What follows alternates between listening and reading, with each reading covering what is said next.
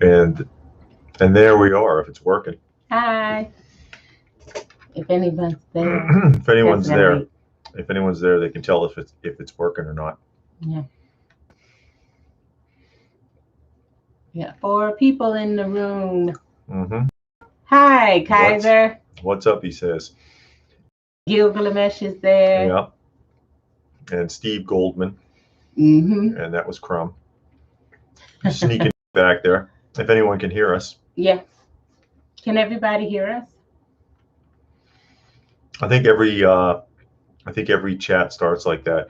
I know. Can you hear us? Can you see us? Is anybody there? That'd be a good way to mess with somebody. See, how do you guys have any plans? Yeah, we got some plans for tomorrow. We're gonna go visit the in-laws. Oh, outlaws. So what are y'all plans? 4th of July, you're gonna be barbecuing, doing stuff like that, hanging out with the family, watching fireworks. I think I grew out of that. But I still like the fireworks. Oh yeah? Yeah, I don't know if anybody can hear us. They didn't say they could. I think that's why they said yup on there. Rome Ross. Oh, okay. Hey, Rome. Hey, Rome. You know, that'd be a good trick if enough people were in on it. If somebody started a live stream and they're like, can you know, hey, and they could just type, we can't hear you, we can't hear you. And then they'll be like, God, I don't understand. And try to type and move stuff around and act like, and then everybody's like, dude, we can't hear you. Or dude, we can't, the picture went out. And really mess with the person. Gilgamesh says he's going to be at home with his animals tomorrow. Fireworks scare them. Yes, they do. Oh, Eric spent $50 on some fireworks. I haven't bought fireworks in a long time. Also, you got a bag about so big, right? Yeah. But it's buy one, get 3 free, or the lowest prices anywhere. That's what all the signs say. Yeah. We beat anyone's prices. Yeah. And Kaiser, people around in our neighborhood all year long, it doesn't matter what's going on. I think that's almost everywhere. Just a random day and they're out there shooting fireworks all times of night. They shoot it during the daytime, at night. It doesn't matter. Hey, Patrick. Hey, Patrick. How you doing? Patrick. So, anyway, Super 7 announced today. Oh my God. I don't know if y'all saw it or not. They're going to be doing G.I. Joe. Super 7's got G.I. Joe now. So I'm guessing it's going to be in the ultimate style, like all the other stuff they have. Yeah. Interested in seeing that. Yeah. Because they do a good job, I think, in their figures. So, you know, I'm interested in seeing that. I'm interested in seeing that, but I'm also kind of put off by it in a manner of speaking because it's too many people making the same franchises. Mm-hmm. That you get spread too thin. Back in the day, like $6 Million Man, Kenner. That's it, basically. Nowadays, you get a franchise, everybody makes it. Look what happened to Transformers. How many people are making Transformers? It's crazy. Yeah, G.I. Joe. I'm not G.I. Joe. Masters of the Universe, the same thing. You have the action figures, the pops, the statues, and then you have more than one statue maker. Yeah. All these different action figure lines. So it is a lot. And then Hasbro's already putting out 2 lines as it is. Plus, plus 3-0, plus Mezco, and now Super 7 too. Come on. Yeah, and then you also have Funko, of course. But I like Super 7. I like their sculpt. They seem like they have they got a uniform packaging too. Yeah, they have uniform packaging. And the thing that I like the most about them, their stuff is easy to buy. You can buy it on Big Bag Toy Store, or you can buy it on their website directly. Yeah. And it makes it easier to get. Unlike what Hasbro is doing, they're putting it in the stores, which is fine. But it's hard to get it when it's in the stores. And we all know the thing about that. Eric asked what we think of the new Motu Revelation trailer. We haven't seen the most recent one. Haven't seen the most recent. I've seen the group Clownfish. They talked about it, but I didn't watch it. I didn't watch their thing yet, and I didn't see the new trailer. So I don't have any thoughts on it. I only seen the old one. You know, with the hero. A lot of people weren't too thrilled with that music choice. I mean, they may as well have played "It's Raining Men." And William says he just woke up from his cat nap just in time. And how are we today? We're doing fine. How are you doing? Eric said Tulsa Doom. Tulsa Doom. Tulsa Doom. I don't know what that is. James Earl Jones's villain in Conan. Oh, okay. Which, of course, was made into a Super 7 figure. Yeah, they did the Conan series. You got that. I did not get that. I have the animated one from Super 7, but not the other ones. Oh, okay. Yeah, Tulsa Doom, James Earl Jones' favorite character. Because I saw him in an interview once, and he was saying that when they asked him what his favorite film was, everybody expected him to say Star Wars because he was Darth Vader's voice, but he said Conan. Oh, okay. He said he really enjoyed playing that role. Robert's here. Robert's just a fan. Happy Saturday to you too. We did enjoy the Joe Fest. We saw a lot of people there. Got to talk to a lot of people. That was fun. I did get the bat. She got it. That picture is going to be infamous now. I did get the bat. I'm not putting it back. And that was fun. Yeah. So Kaiser didn't know something. I don't know what he doesn't know, but probably what I just said about James Earl Jones. Oh yeah. I assume. He says also, I'm kind of burned out on action figures. It's not something I can afford anymore. Yeah, new lines constantly being thrown at you like that, it's hard. It's hard to keep up. It's discouraging, actually, in some aspects. I think we talked about that a few times in some discussions. Yeah. I always default to vintage anyway. I'd rather chase vintage stuff because once you're finished, that's it. There is no more. They're not going to keep adding to it. What did you do, William? William says, I'm good. Went to a flea market today, got a Spider-Man Yahtzee game and a vintage 66 Batman book. Okay. We haven't been to a flea market in a long time. It's one around here that we go to. I don't know if it's often, but we've been a couple of times. I like going to flea markets, but it's after the pandemic, a lot of them didn't open. Yeah. David did pick up a couple of things he picked up a lot of things actually from Joe Fest. If you watch the Joe Fest video, we show our haul at the very end. But yeah, I got some of the 1978 deluxe size Star Wars figures. I got some loose raw era G.I. Joe like vehicle sets complete. A few pieces. Some nice pieces, and she also found the Fright Zone in the box. In the box. Yeah, box is kind of a little rough. Yeah, it's rough, but it was a decent price. Great artwork. Electric Emphasis wants to know if you know anything about Multimax Silver Lit Toys. Silver Lit Toys. No, I'm not familiar with it. I'm not familiar with those. Hunter Mars, amazing. Hey, Hunter. How you doing? We see Gilgamesh found a NECA Doc Brown at Walmart today on clearance. Wow, for $15. That's good. For a NECA figure. That's real good. Was it going? Wasn't going to get Back to the Future, but couldn't pass it. Yeah, if you can find a decent price on it, I totally get that. Did you guys ever get your food after? Oh, he saw the video. Yeah, eventually. Oh, God, yeah. We were there forever. We were, and it was such a shame because finally you go to a restaurant, they let you come in, they let you sit down. Hey, Christina. I'm sorry, Christina Payne. And then they're like, well, we only have 3 staff members, 1 person in the kitchen and 2 servers who were also the bartenders. So it was crazy, but we sat down, we ate, and that's the way it goes now. People don't want to work, but hey. That's what Kaiser says there. Nobody wants to work. That's the problem. No, they don't. No, they can find an excuse not to. But they got that double unemployment check. Yeah. So.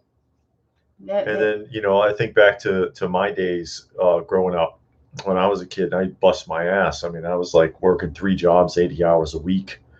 Hunter said he got a TV to watch a movie. Did I miss something? No, because he said, okay, amazing. Why you got a TV? You didn't have a TV? No. Robert says, still like to get the Hot Toys old bin and 3PO only figures to finish my episode 4 Star Wars Hot Toys collection. Oh, Okay. that's a nice I collection. don't have any Star Wars Hot Toys. Hey, Jesse, I have very you don't few. have any Hot Toys. I do. Oh, you do? Yeah, I got a couple, but I don't have a whole lot, you know. Jughead's here. Yeah. Hey, Jughead Grayson and Jesse say what? Matt and Margarita's Toy Box. You guys are awesome. Love the catalog videos. Okay. And toy discussion videos. Hi from New York City. New York City? The people not wanting to work don't realize all the free money in the world won't matter if there's nothing to buy. Yeah. Oh, BrawlyCon, did you get Sergeant Slaughter's autograph at JoeCon, at Joe Fest? No. No. We already got it, though. I've got one from way back. It's autographed on a G.I. Joe. It's him. He's got the Joe shirt and everything. Mm-hmm. I think you took it. She took a bunch of my old wrestler the autographs. Yeah, we have a she bunch did. of autographs. We did see him. We did speak to him. But if you saw, I think it was in the last live stream, we talked about that when you see the old wrestlers at these shows and how heartbreaking it can be hard. And he actually spoke to us. He stopped us. And because we were carrying, I don't know if I had that bat wing or the fright zone. I think it was the fright zone. Yeah, that he was asking about. Mm-hmm. And he was like, "Hey, is that for me?" And wow, where'd you find that? Yeah, stuff. Yeah. And it was just to see him was heartbreaking because again, like we said before, I think in the last video, mm-hmm. He doesn't look as great as he did in the 80s and 90s. A lot of them look broken. Yeah, they look broken. Let's just put it that way. Yeah, and I don't even know if I responded because I was just looking and I was trying not to stare, honestly. And I don't know why that reaction came over me because it's not a reaction that I would normally have. Yeah.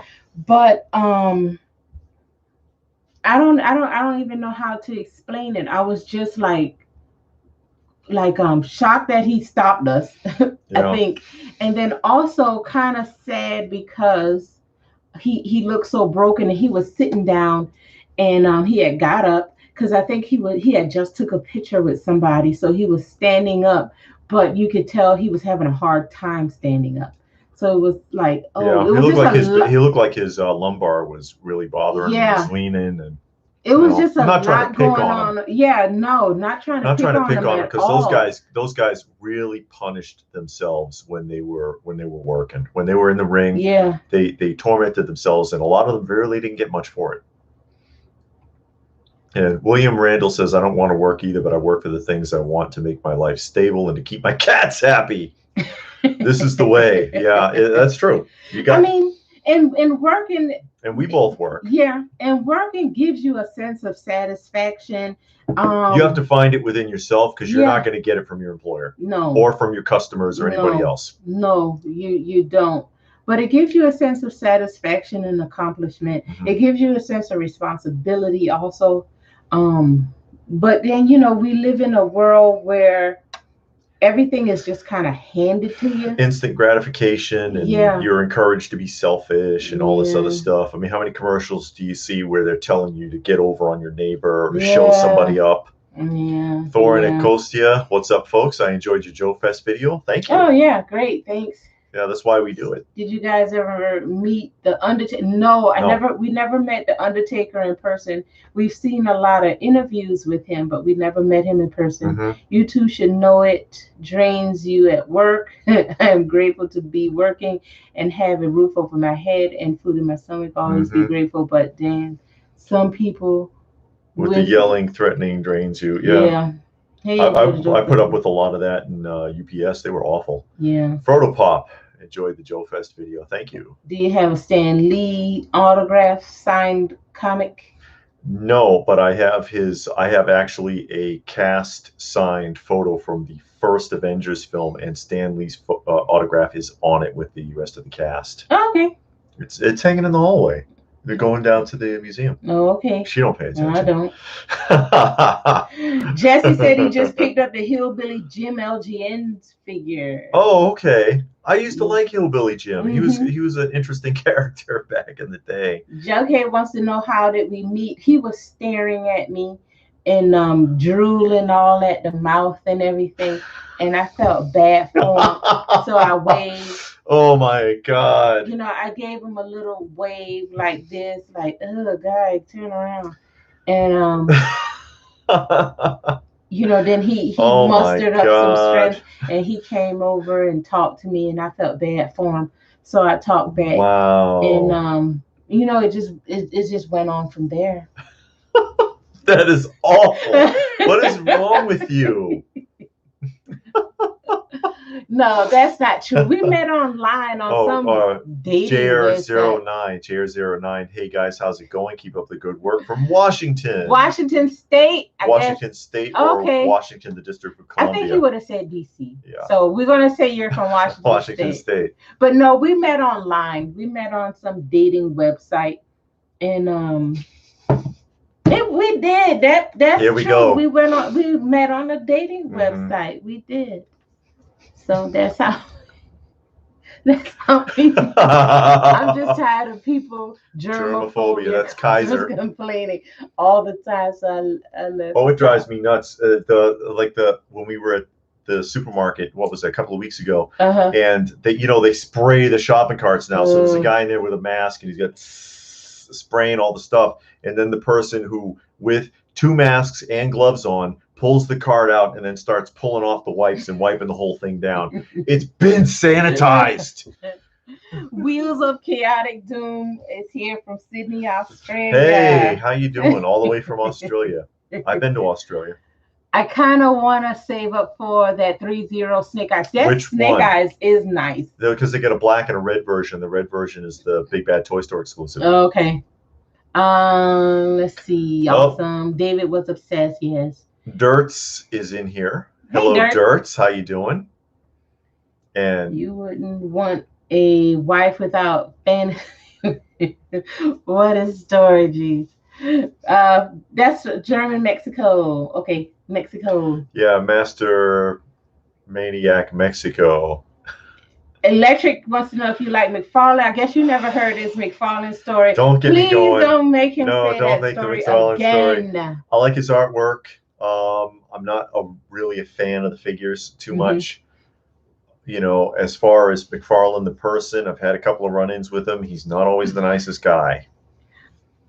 Link Cross wants to know if we watched the 2002 He-Man story. 2000X, yes. 200X, yeah. We did. We saw it on YouTube, and it was really good. So we bought the entire DVD set, and we're going to rewatch it after we're finished with the current He-Man series we're watching now, which is the original. So yeah, I like the 200X. I think it was well done. I like that it was more adult. It adds some history to it too. Yeah, some stuff that people didn't know. They give a backstory to almost every character. Yeah, which kind of ties it in, so it makes it a lot better. What do you think of the sideshow? It's on a statue. Kind of, I don't know who that is. From Getter Prime. Deja Thoris. Is that the princess from John Carter of Mars? I don't know if I saw that statue. Jughead likes the first story that I gave. Oh yeah, I'm sure they all love that one. I like the 3-0 Snake Eye Black version. Not crazy about it. Yeah, the red one does look like Deadpool. That's what I thought. Yeah, and we're about Deadpooled out, Marvel. Just throwing that out there. Kaiser says he saw clips from 200X. It's a pretty good story. It's more adult theme. Well, not adult, but more of a young adult theme. It's more highbrow than the Filmation. Yeah, I think it's better than the Filmation as far as a storyline goes, because it's kind of a continuous story with all the other things that are going on. Oh, and Deja Getter Prime confirms that Deja Thoris is from the John Carter Warlord of Mars unappreciated film. The live action was actually a pretty decent film. Oh, Gilgamesh, I watched the He-Man Christmas episode the other day. It proved Skeletor is a closet nice guy. Well, Skeletor, if you know the history and you understand where Keldor came from, he's not the bad guy. Yeah. He's not the bad guy. He was done very wrong. I would like to see them redo the cartoon and make Skeletor less of a comic relief character, because he has in Filmation, they made him the bumbling idiot. But you know, in 200X a little bit too, not as much, but I want to see him succeed a little more, you know, and get into the Keldor story a little more, because in 200X they kind of touch on it, but they didn't go deep into it. But they did talk about it. They showed you where he came from. Him and Randor were brothers, half brothers. They kind of told a story there. If you read some comics, they give you a deeper history of the rivalry between him and Randor. Yeah. And it makes a lot of sense, and you see that he is not the villain. He was done wrong. Randor screwed him over. Randor is the villain. You know, so that would be good. 200X, an example. That's Master Maniac. Meant for children, but only stuck with us. Great old collectors. Yeah, I know. Okay. We're the ones that wanted to see the history. Electric Emphasis, your opinion of the new Snake Eyes movie? I have no idea. I reserve the opinion for when if I can actually see it, because you can't rely on trailers at all. You can't rely on reviews. Too many reviews are bought and paid for. You're not going to really know until people actually start seeing the film. Yeah. Robert says that people are mad because Teela's gonna get spotlight. Don't really care as long as it's a good storyline. Plus, you know, Sarah Michelle, Gellar gonna be, is gonna be her voice.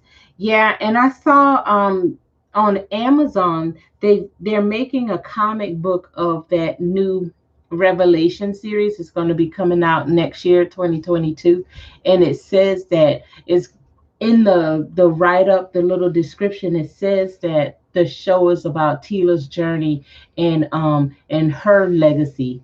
That's what it said. So I think the real problem isn't so much the fact that it's a Teela story, is that people feel as though they've been misled about the direction of the show. Yeah, it seems like they're trying to say that it's a continuation of the He-Man / Skeletor story, the story that you grew up with, when really it's not, and that's fine. But say, okay, we're going to make a new Masters of the Universe, but we're going to spotlight Teela and we're going to show her journey. So just say so. Yeah, so that we know what's going on. But then of course he sat there and pretended like, oh yeah, man, I love Masters. I've always loved Masters of the Universe. And then, you know, they went back, because you can't do stuff on social media, folks, and dug up from even just a couple of years ago where he's like, I don't know nothing about that show. I don't care. Yeah. And it's like, well, which is it? Yeah. You love the show, or you were never into it. You know, make up your mind. He's not, and that takes away a lot of your credibility. Yeah, and like I've said before, the show could really be good. They have good animation, it looks like, so far. And it might be a really good storyline. But I think a lot of people are not going to give it a chance, because they're already mad, because they feel like we were going to get a He-Man story, the classic story of He-Man, Skeletor, and all their battles and goings on.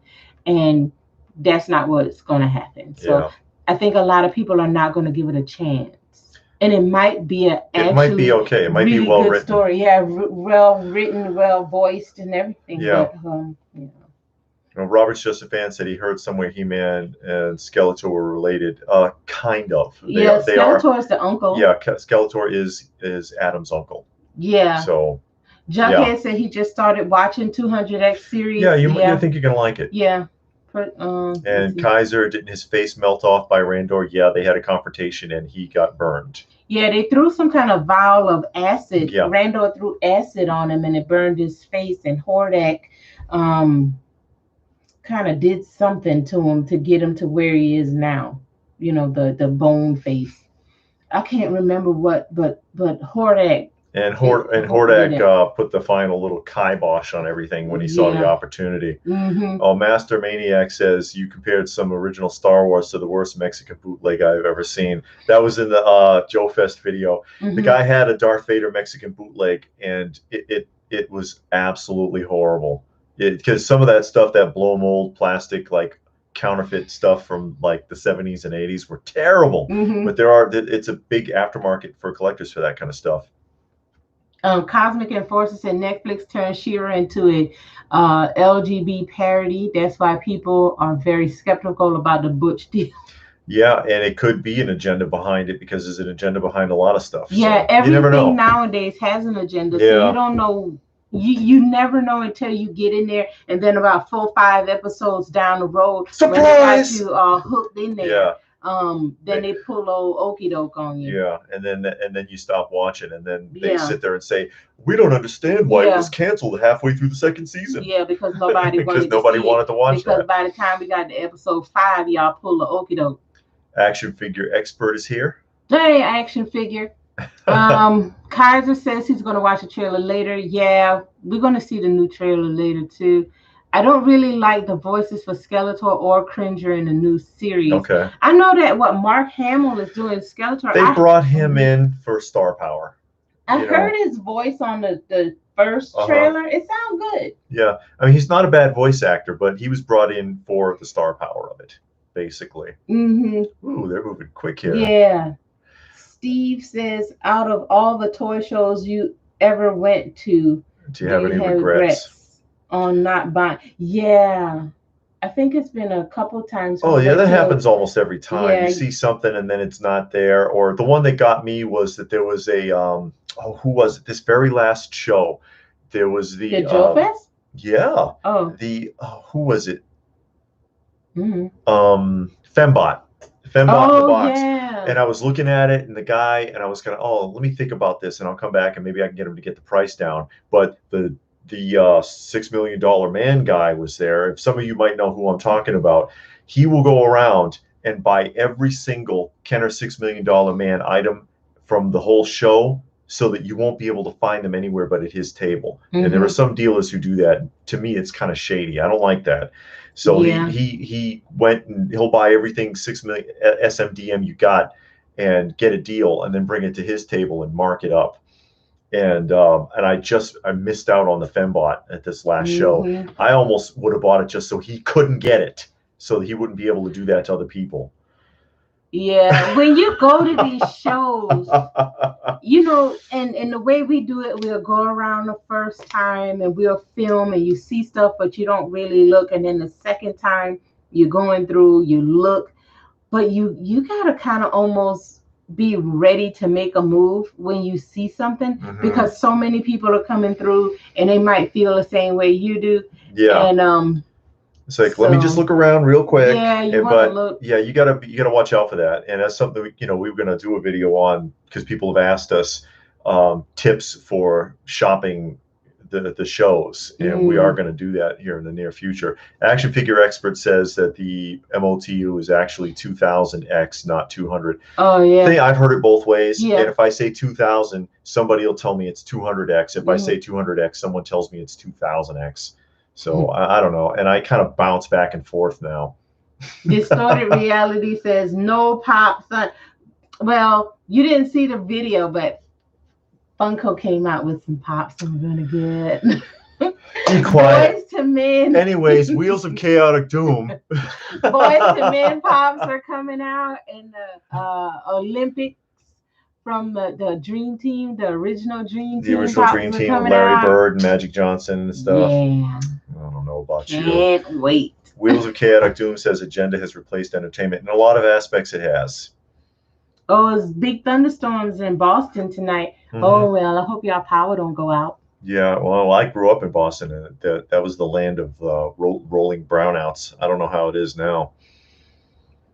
William Randall, I have a blow mold army figure that I bought from Big Lots in the mid-90s. It is clearly Boba Fett. It's pretty neat.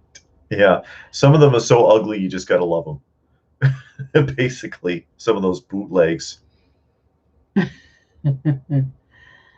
Men to get my first bike. Master Maniac. I had to work my butt off in the old times in old Europe. I really mean they all want to get basic Yeah. essentials. We had to work for everything growing up. Yeah. You used to have to bust your Now ass. you don't. You can pretty much sit around. I've known people all Anything my you life wanted, you that's had to earn never it. worked. And they have a lot, and it's not like you get yourself wrapped up on material things, but you're sitting around and you're looking at yourself and you're like, man, I get up every morning, 6 o'clock or whatever. I go to work, I bust my butt. I do what I'm supposed to do, pay my taxes and all of this, and this person sits around at home and pop babies out like a baby making machine. So then, you're like, man, they eating better than I am. And collects a check. Yeah, they collect the welfare, the food stamps. With your tax dollars.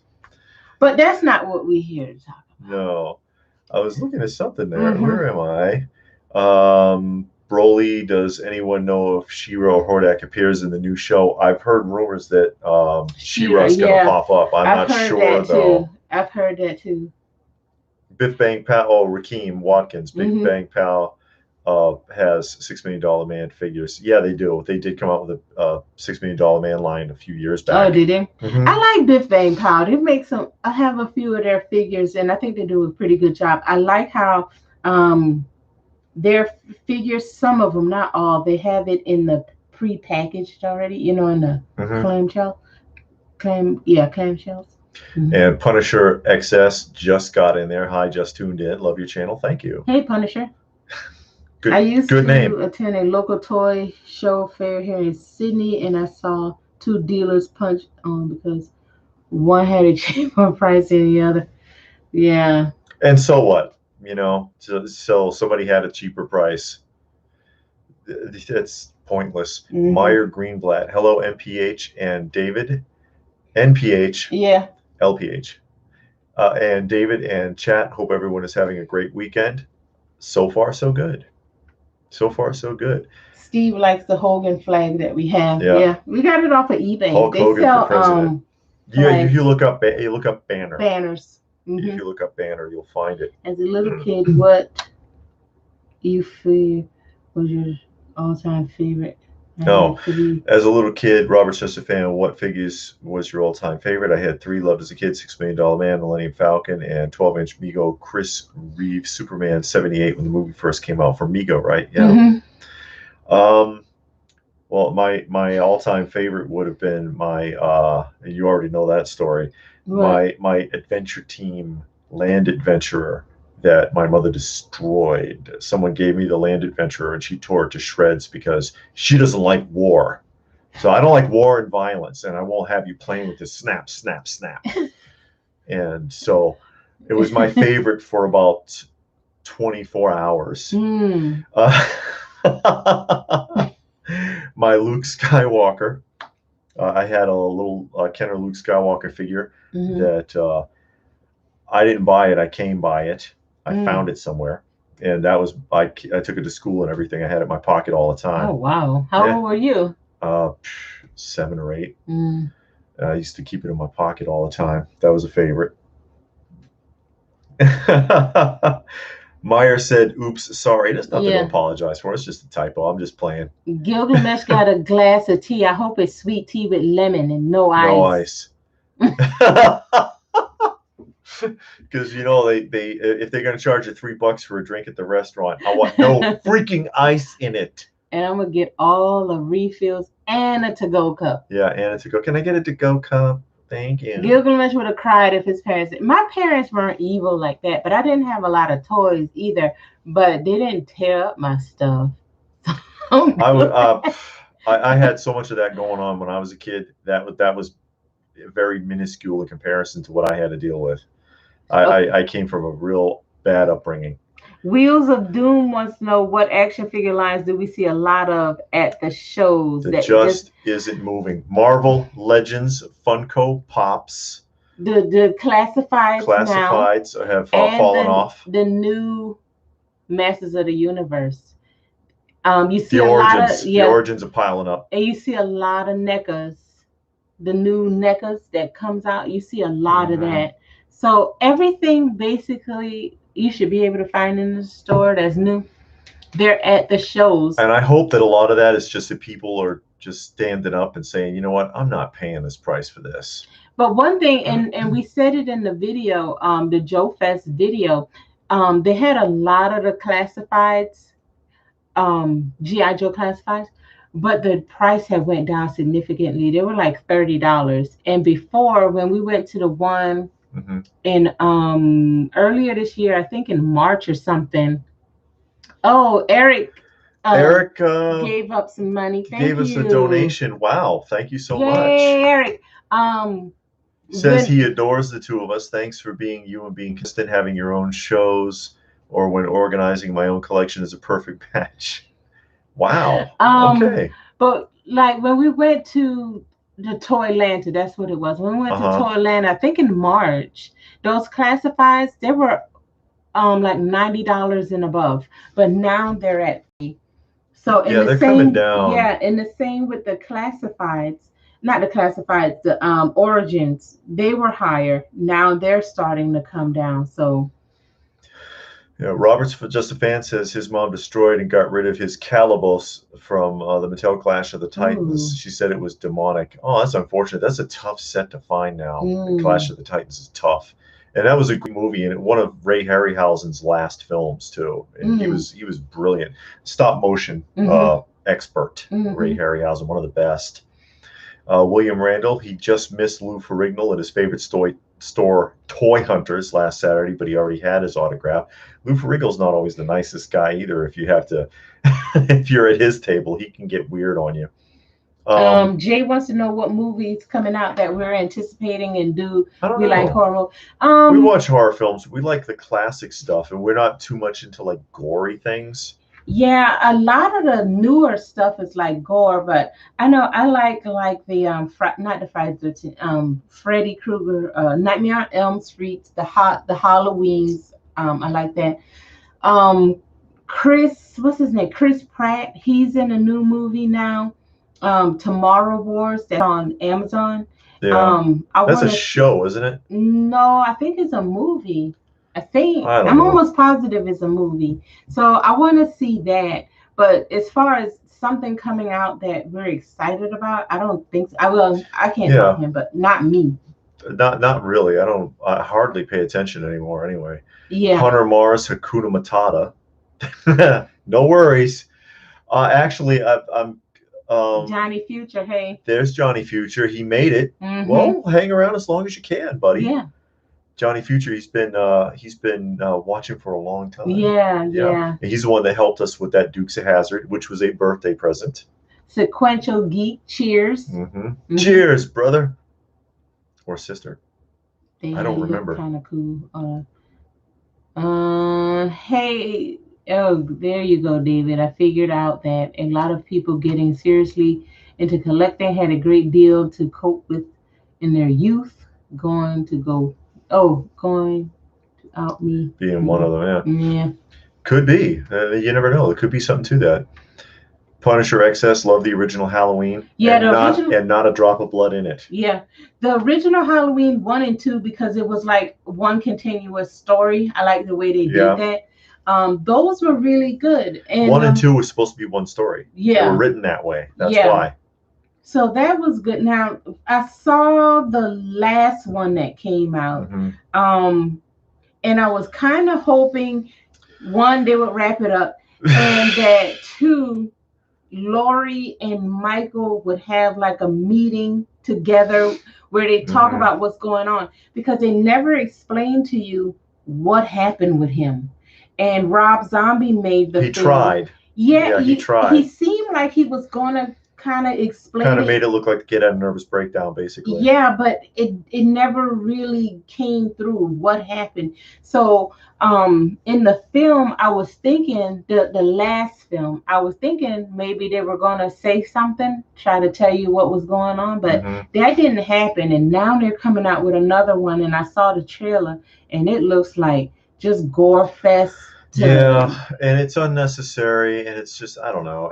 I don't know. I mean, because some people might like it, but we're just like I don't Yeah, know. I don't know if it comes on Amazon Prime and you don't have to pay for it. I might watch it.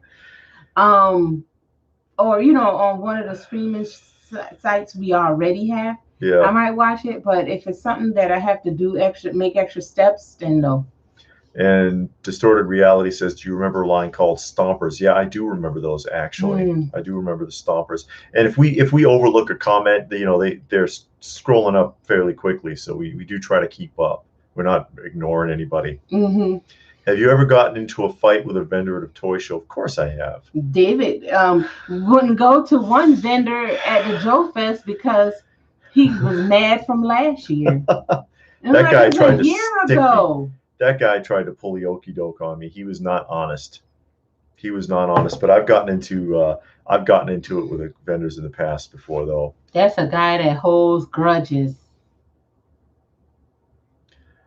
Robert's just a fan. Pleasant memory as a kid. Took green clay and made Big Jim guy with the blonde hair my David Banner. Oh, there you go. I try to make him half Hulk like the old TV show. Oh no. Kaiser doesn't go to theaters anymore.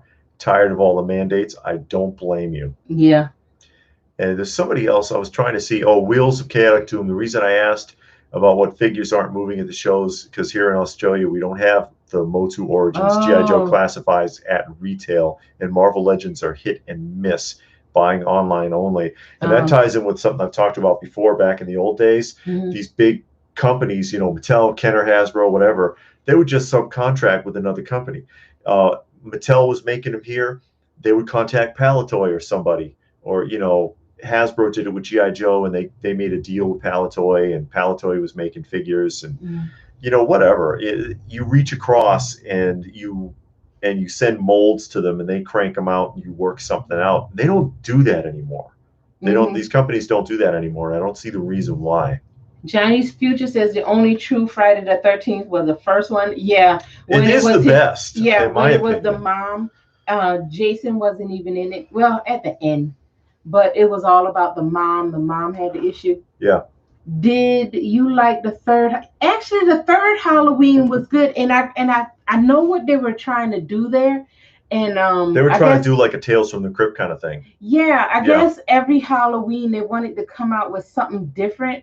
But because the first two editions went so well, people wasn't trying to hear it. But the third one was actually pretty good. Yeah, it wasn't a bad story. It wasn't a bad story. It's just that if they had done it as a standalone without the connection to the original two Halloween films, it didn't really would have done a better. Connection. But they called it Halloween 3, and that's what threw people off. They were like, yeah, but where's Michael Myers? Yeah, and he was in there in Easter eggs. Yeah, and then but he wasn't the star of the film. Right, but once you got to part 4, they had to force him in there because he died at the end of him, and Loomis died at the end of part 2 when they blew up in the hospital.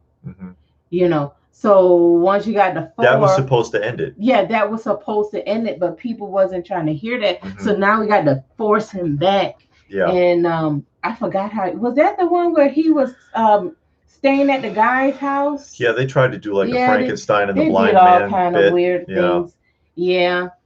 BrolyCon says scalpers are working really hard on He-Man Origin figures. I just bought figs off Mattel Shop online. Yeah, of course they're working hard on it. Yeah. Are Eric Peter Carlson, are you two fans of any Jim Henson projects, Dark Crystal, Labyrinth? Oh yeah. We saw Dark Crystal. Wasn't that about them little boys? The boy and the girl? Yeah. Dark Crystal and Labyrinth.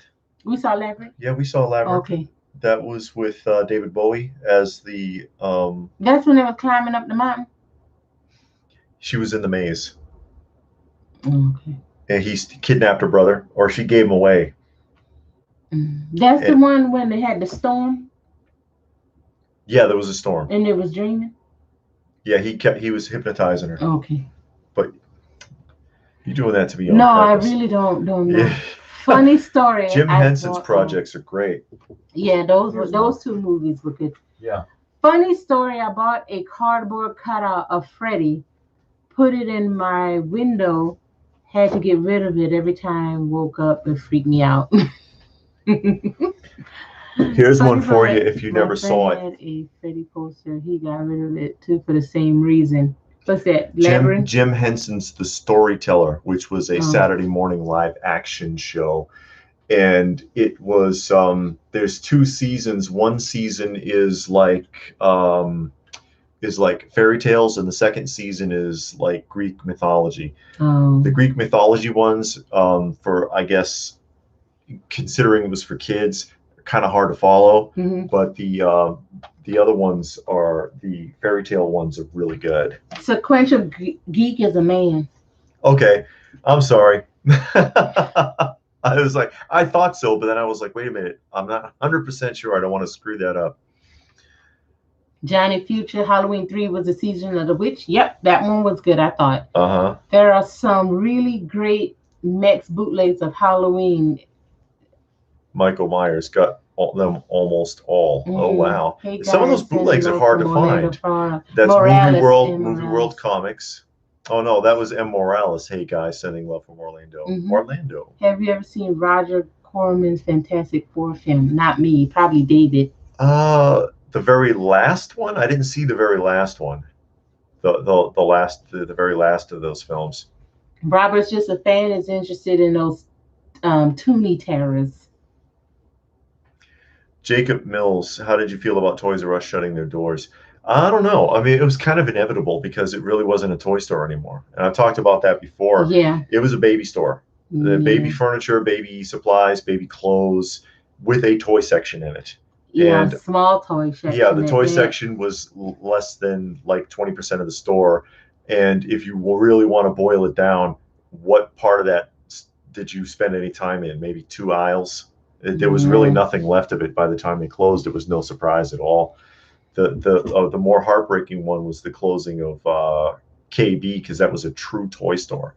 And also when I was growing up in Child World and Toys R Us, when that whole building was a toy store before they started losing money and breaking into furniture and stuff like that and shrinking the toy department down, but still calling themselves Toys R Us. Don't mean to be mean about it, but you know, that's just being realistic. Gilgamesh want to know if you know of any Fraggle Rock figures. I've never seen Fraggle Rock outside of Funko. They had weird stuff like they had like toy guitars and things like that, but action figures, I don't think so. No. M. Morales, nice Thundercat shirt. I have the same one. Oh yeah, that's the classic. She's got one of these. Yeah, we both have the same shirt, the exact same shirt. The Storyteller, Eric Peter. The Storyteller is amazing, so very spooky for a child. Love those. Yeah, it was a well done. Most of the stuff that Jim Henson did was brilliant. Really.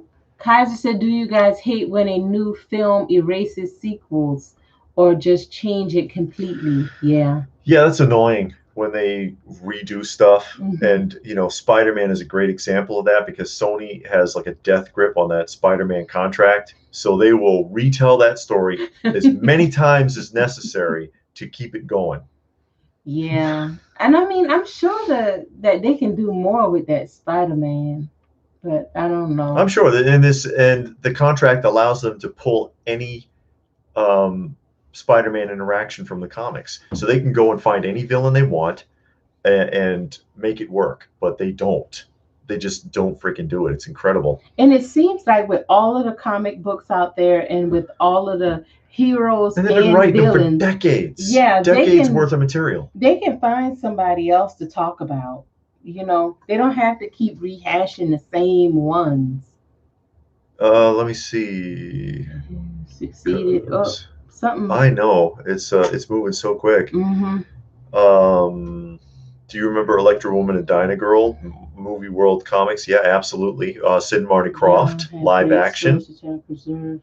And you can succeed the interviews you have to each other. Sequential Geek there saying you have great stories to tell, preserve, and you can succeed the interviews you have of each other are great. Yeah, thank you. Thank you very much. Robert Justice Fan says, I missed the 70s and 80s Toys R Us. They had wall-to-wall toys. Very different. I never been to a Toys R Us until I was an adult. That's if you're old enough, you know. But I mean, younger people might not realize that. But that whole store used to be toys, and they just shrunk it down and filled it with baby stuff.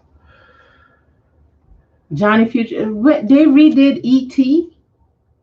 He But the said, they went back over it and used CGI to remove any weapon that was visible in the film. "Oh wow!" Because you know they have police and military and stuff. They carrying rifles and and they had like pistols, and they used CGI to replace all the guns with like radio equipment and stuff. So they're running around. Soldiers are running around holding radios in their hand instead of guns, and it just doesn't make any sense. People were pissed when they did that. And he had to re-release it again just in the correct format. So there's 3 versions: the original, the PC version, and then the original again. Shanoa is here. Hey Shanoa, how are you? Hey Shanoa. Robert, just a fan, says he wants some Love Boat action figures. Ugh. That's the Mego 3 3/4 inch, and it had a playset. Well, Mego re-released it, didn't they? No, not Love Boat. No. The Love Boat? Oh, they did all that other stuff. No, but that is an important point because it is proof. Because people sat there and said, "Why is Mego doing this with the new figures when they were doing like Facts of Life and stuff?" Mego's always done that. That's why there are Love Boat figures from like 1980. Who's your favorite villain of all time? I like the Joker. Well, I can't say so much about superhero stuff because I didn't start watching it until me and Dave. Okay, except for Batman. Outside of Batman, I never really watched a superhero show. I did see some Supermans when I was a kid because it came on TV, but purposely I watched Batman, and I used to watch Batman animated series. Outside of that, I didn't know nothing about Marvel, DC, all of that stuff. So as far as superhero stuff or superhero villains, I'll say mine is Joker. Show enough. We're talking about superhero. Show enough. From DC and Marvel. Did he say DC and Marvel? No, but that's what he meant. You got to read between the lines. Johnny Future has the complete series of Electro Woman and Dyna Girl. Good. I've got a lot of the Sid Marty Krofft stuff. I love that stuff. You got it's Electro hilarious. Woman and Dyna Girl? I don't think I do. I don't think I have Electro Woman and Dyna Girl, honestly. What are your favorite Universal monsters? Oh, and if we're going to pick a character, villain, Mumra. I love Mumra. Mumra fantastic voice acting on that one. That guy killed it. Especially with the laugh. And he is hilarious. If you really listen to the things that he says, the way he mocks the Thundercats. And keep in mind, just like with Skeletor, Mumra's not necessarily the villain. If you're following the story, Mumra is a slave. His actions. Thanks for the donation. Yeah, wow. Without Sam Raimi, Sony can't make a good Spider-Man. Oh, I guess not. But he's a slave to the spirits of evil in the temple. And so they're the ones that want him to torment the Thundercats, really. Plus, they woke him up. He was out cold in his little coffin. But he is hilarious, and he whips the Thundercats' butts. And he has that one little tiny flaw that they exploit that drives him off every time, and that's his reflection. He catches his reflection on the claw shield or something like that, and he runs because he's not allowed to look at his reflection. But otherwise, he whips their butts. Somebody saying something? Yeah, Jack Steeble, Pee Wee Herman was a villain in the movie theater a few years ago. He was the Penguin, so yes, he was. Oh, I thought about when he got caught up. Oh, I'm talking about when he was the Penguin. Johnny Future want to know what's our favorite Universal monster. Mine, I think, is maybe Dracula. You like the Bela Lugosi Dracula? Okay. I like that. I don't know. Maybe the Mummy. I just like the way that it was done in the original film. Yeah. I like the way it was creepy, even though there was nothing to it. Yeah. Distorted Reality likes Dr. Shrinker. Dr. Shrinker was funny. Rome Ross. That was funny. Do you like the old Night Gallery? Actually, we're watching Night Gallery right now. We have our shows that we watch every week, and Night Gallery is our, I think, Tuesday night show. Yeah, Link Cross says the Invisible Man never gets any love. No, and that wasn't a bad character either. Yeah, but that was a TV show also, right? Yeah, but it Invisible started Man out as a as film. a film. But yeah, it's been in several incarnations, including a couple of TV shows. But you know, the one thing I was going to say, but I didn't want to miss what Johnny Future said. Back to the villains. When you look at a lot of the villains, once you figure out their backstory, you realize that they're really not that bad. It makes sense. They're not really villains. You know, of course, a cartoon makes them whatever. But if you look at their story, like Thanos and Cobra Commander, even Megatron on the new Transformers is not that bad. Yeah, when you hear his backstory, you kind of get it. Yeah. So sometimes that'll surprise you. Yeah, but in Skeletor, Mumra, you hear their backstories and you realize like, okay, that now I get it. Yeah, you understand what they're doing. A great modern example of that is who is it? Bushmaster or Bushwhacker from Luke Cage. Yeah, Luke Cage. Well, I remember we watched Luke Cage, and it was one of the better of the new Marvel shows. Mm-hmm. And you know, Luke Cage and the Punisher and Daredevil were actually really well done. Mm-hmm. And we were sitting there watching it, like, you know what, Luke, go sit down somewhere and let this guy finish his job, because he makes perfect sense. Everything he's trying, let him do what he's doing. Yeah, it makes sense. And I wish they had went deeper into his story, because he wanted to tell Luke what was going on and why he was after what was her name? I can't remember her name right now. You got me. He had a reason to have a grudge with that family, and he didn't want to have anything to do with Luke Cage. He wasn't trying to bother Luke Cage. He wanted Luke out of the way, and Luke kept getting involved. But he had a really good story. He wasn't a villain, and I wish they had went deeper into him, and that they did another season so they can bring him back. Yeah. Oh, and Robert's just a fan there. Nobody ever gives the Nicholas Hammond Spider-Man love, the 70s Spidey. Yeah, and you know what? Yeah, people pick on it because it's 70s and it's campy, but for what they had to work with, they did a good job, and the music was really funky. That was some great theme music for it, actually. Hey, Johnny Future. Please write this movie down. You will really enjoy The Invisible Man. The 2020, the newest one? I didn't know they came out with a new one. I got my paper this week because some people gave a lot of suggestions. Yeah, so I'm prepared. So The Invisible Man. Because you know what, new films, again, like we're always saying, and thanks for the donation, by the way, goodness. But like we were just saying, when new films come out, you cannot trust the trailers or the reviews. The reviews are bought and paid for. And I'll remind you, look at the okie doke they pulled with Snakes on a Plane. Oh, everybody was mad. Let's see. We missed a lot.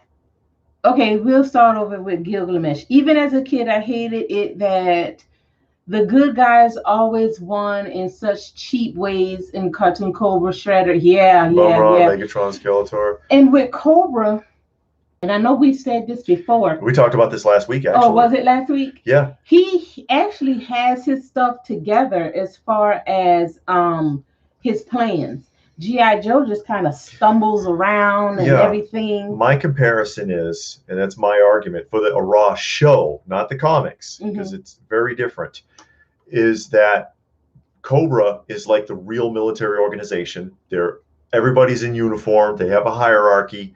G.I. Joe is like a bunch of mercenaries. Everybody's in a random uniform. A lot of them are not even in the military. Yeah. You know, Shipwreck's not in the military. Quick Kick's not in the military. Yeah. You know, a lot of these guys are not even military.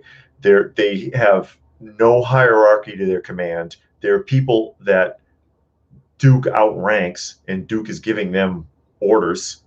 You know, it doesn't make any sense. They never listen to each other. They never follow orders. They never follow protocol. They get their butts kicked by Cobra, and it's not until somewhere in the hierarchy of Cobra there's some kind of struggle between their characters, the twins or the Baroness, or somebody gets upset, and that's where it gets blown. And then they just stumble into victory every time. G.I. Joe sucks. in the cartoon. They're terrible at their jobs. Jack says he likes his favorite villain is a Jack Nicholson Joker. Now, out of the He was three, fun. he was fun. I like all three of the Jokers, honestly. They all brought something totally different. They didn't try to copy each other. Mhm. They didn't try to. Even Leto did his own thing. Even though nobody liked it, he did his own thing. Now, I didn't see his. I saw Jack Nicholson, Heath Ledger, and Joaquin Phoenix. Yes. Those three. And then not including the 60s Joker. Not including him, just talking about movies. Yeah. They all did something different. And you see shows and they redo a character and then they try to be like this other person that played it. You know what I mean? Yeah. I like that they took a whole new spin on it. They took their own spin and it made it real good. Sequential Greek X, if we saw Judas and the Black Messiah, no. I've heard of it, but I never saw it. And BrolyCon says reviews on YouTube are bought and paid for as well. Shake my head. Yeah. Very true. Yeah. That's what you got to be careful. And I've said it before, not gonna name anybody because there's a few of these big toy channel YouTubers we've met in person, and I found them to be very suspect, whether or not they even liked toys at all, to be honest. Yeah. But some of them you wonder. Link Cross, who's the best Punisher? I know I've seen one movie for sure. Dolph Lundgren was fun. Although he was kind of a jerk because he would not wear the skull, and that's why it wasn't on his shirt in the movie. But he had the darkness down good. I like Barenthal. Yeah, we like Barenthal. A lot of people don't like Barenthal because he's short. Yeah, but he brought a lot of attitude to it that really meant a lot. He was intense in that role. And again, if we miss your comment, we're not ignoring you. It's just that they're scrolling pretty quickly, and we're trying to keep an eye on it.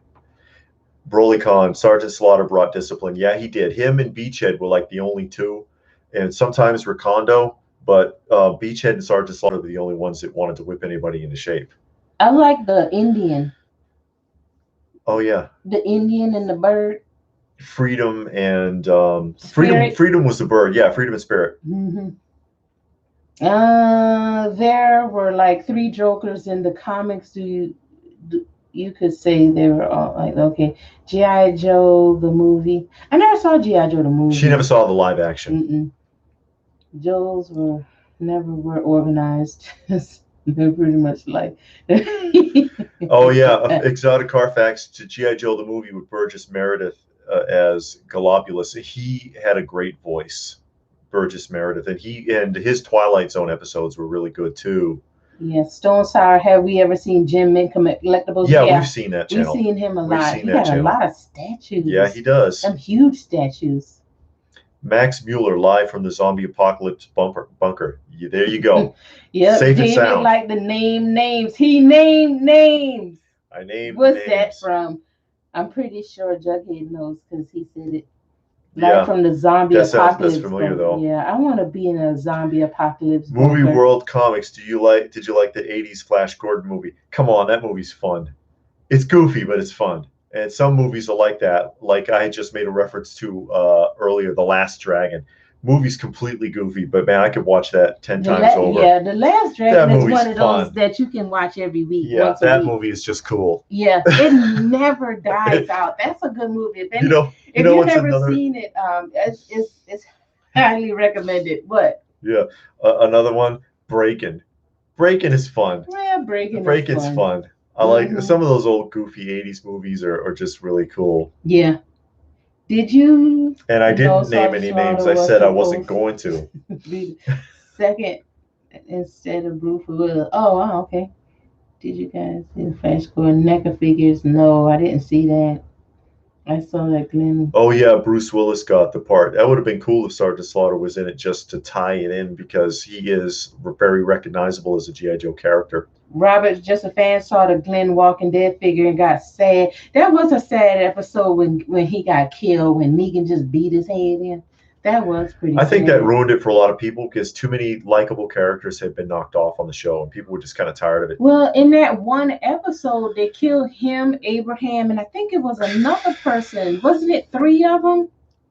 And it was like Okay, you knew Glenn was gonna die from the comics, but Abraham, you had to kill him. You know, it was like a bit much. Jack Steeball, just speaking of classifieds, I just got the Snake Eyes and Timber in the mail today from Big Bad Toy Stores. Can't believe I got them that early. Wow, that's pretty good.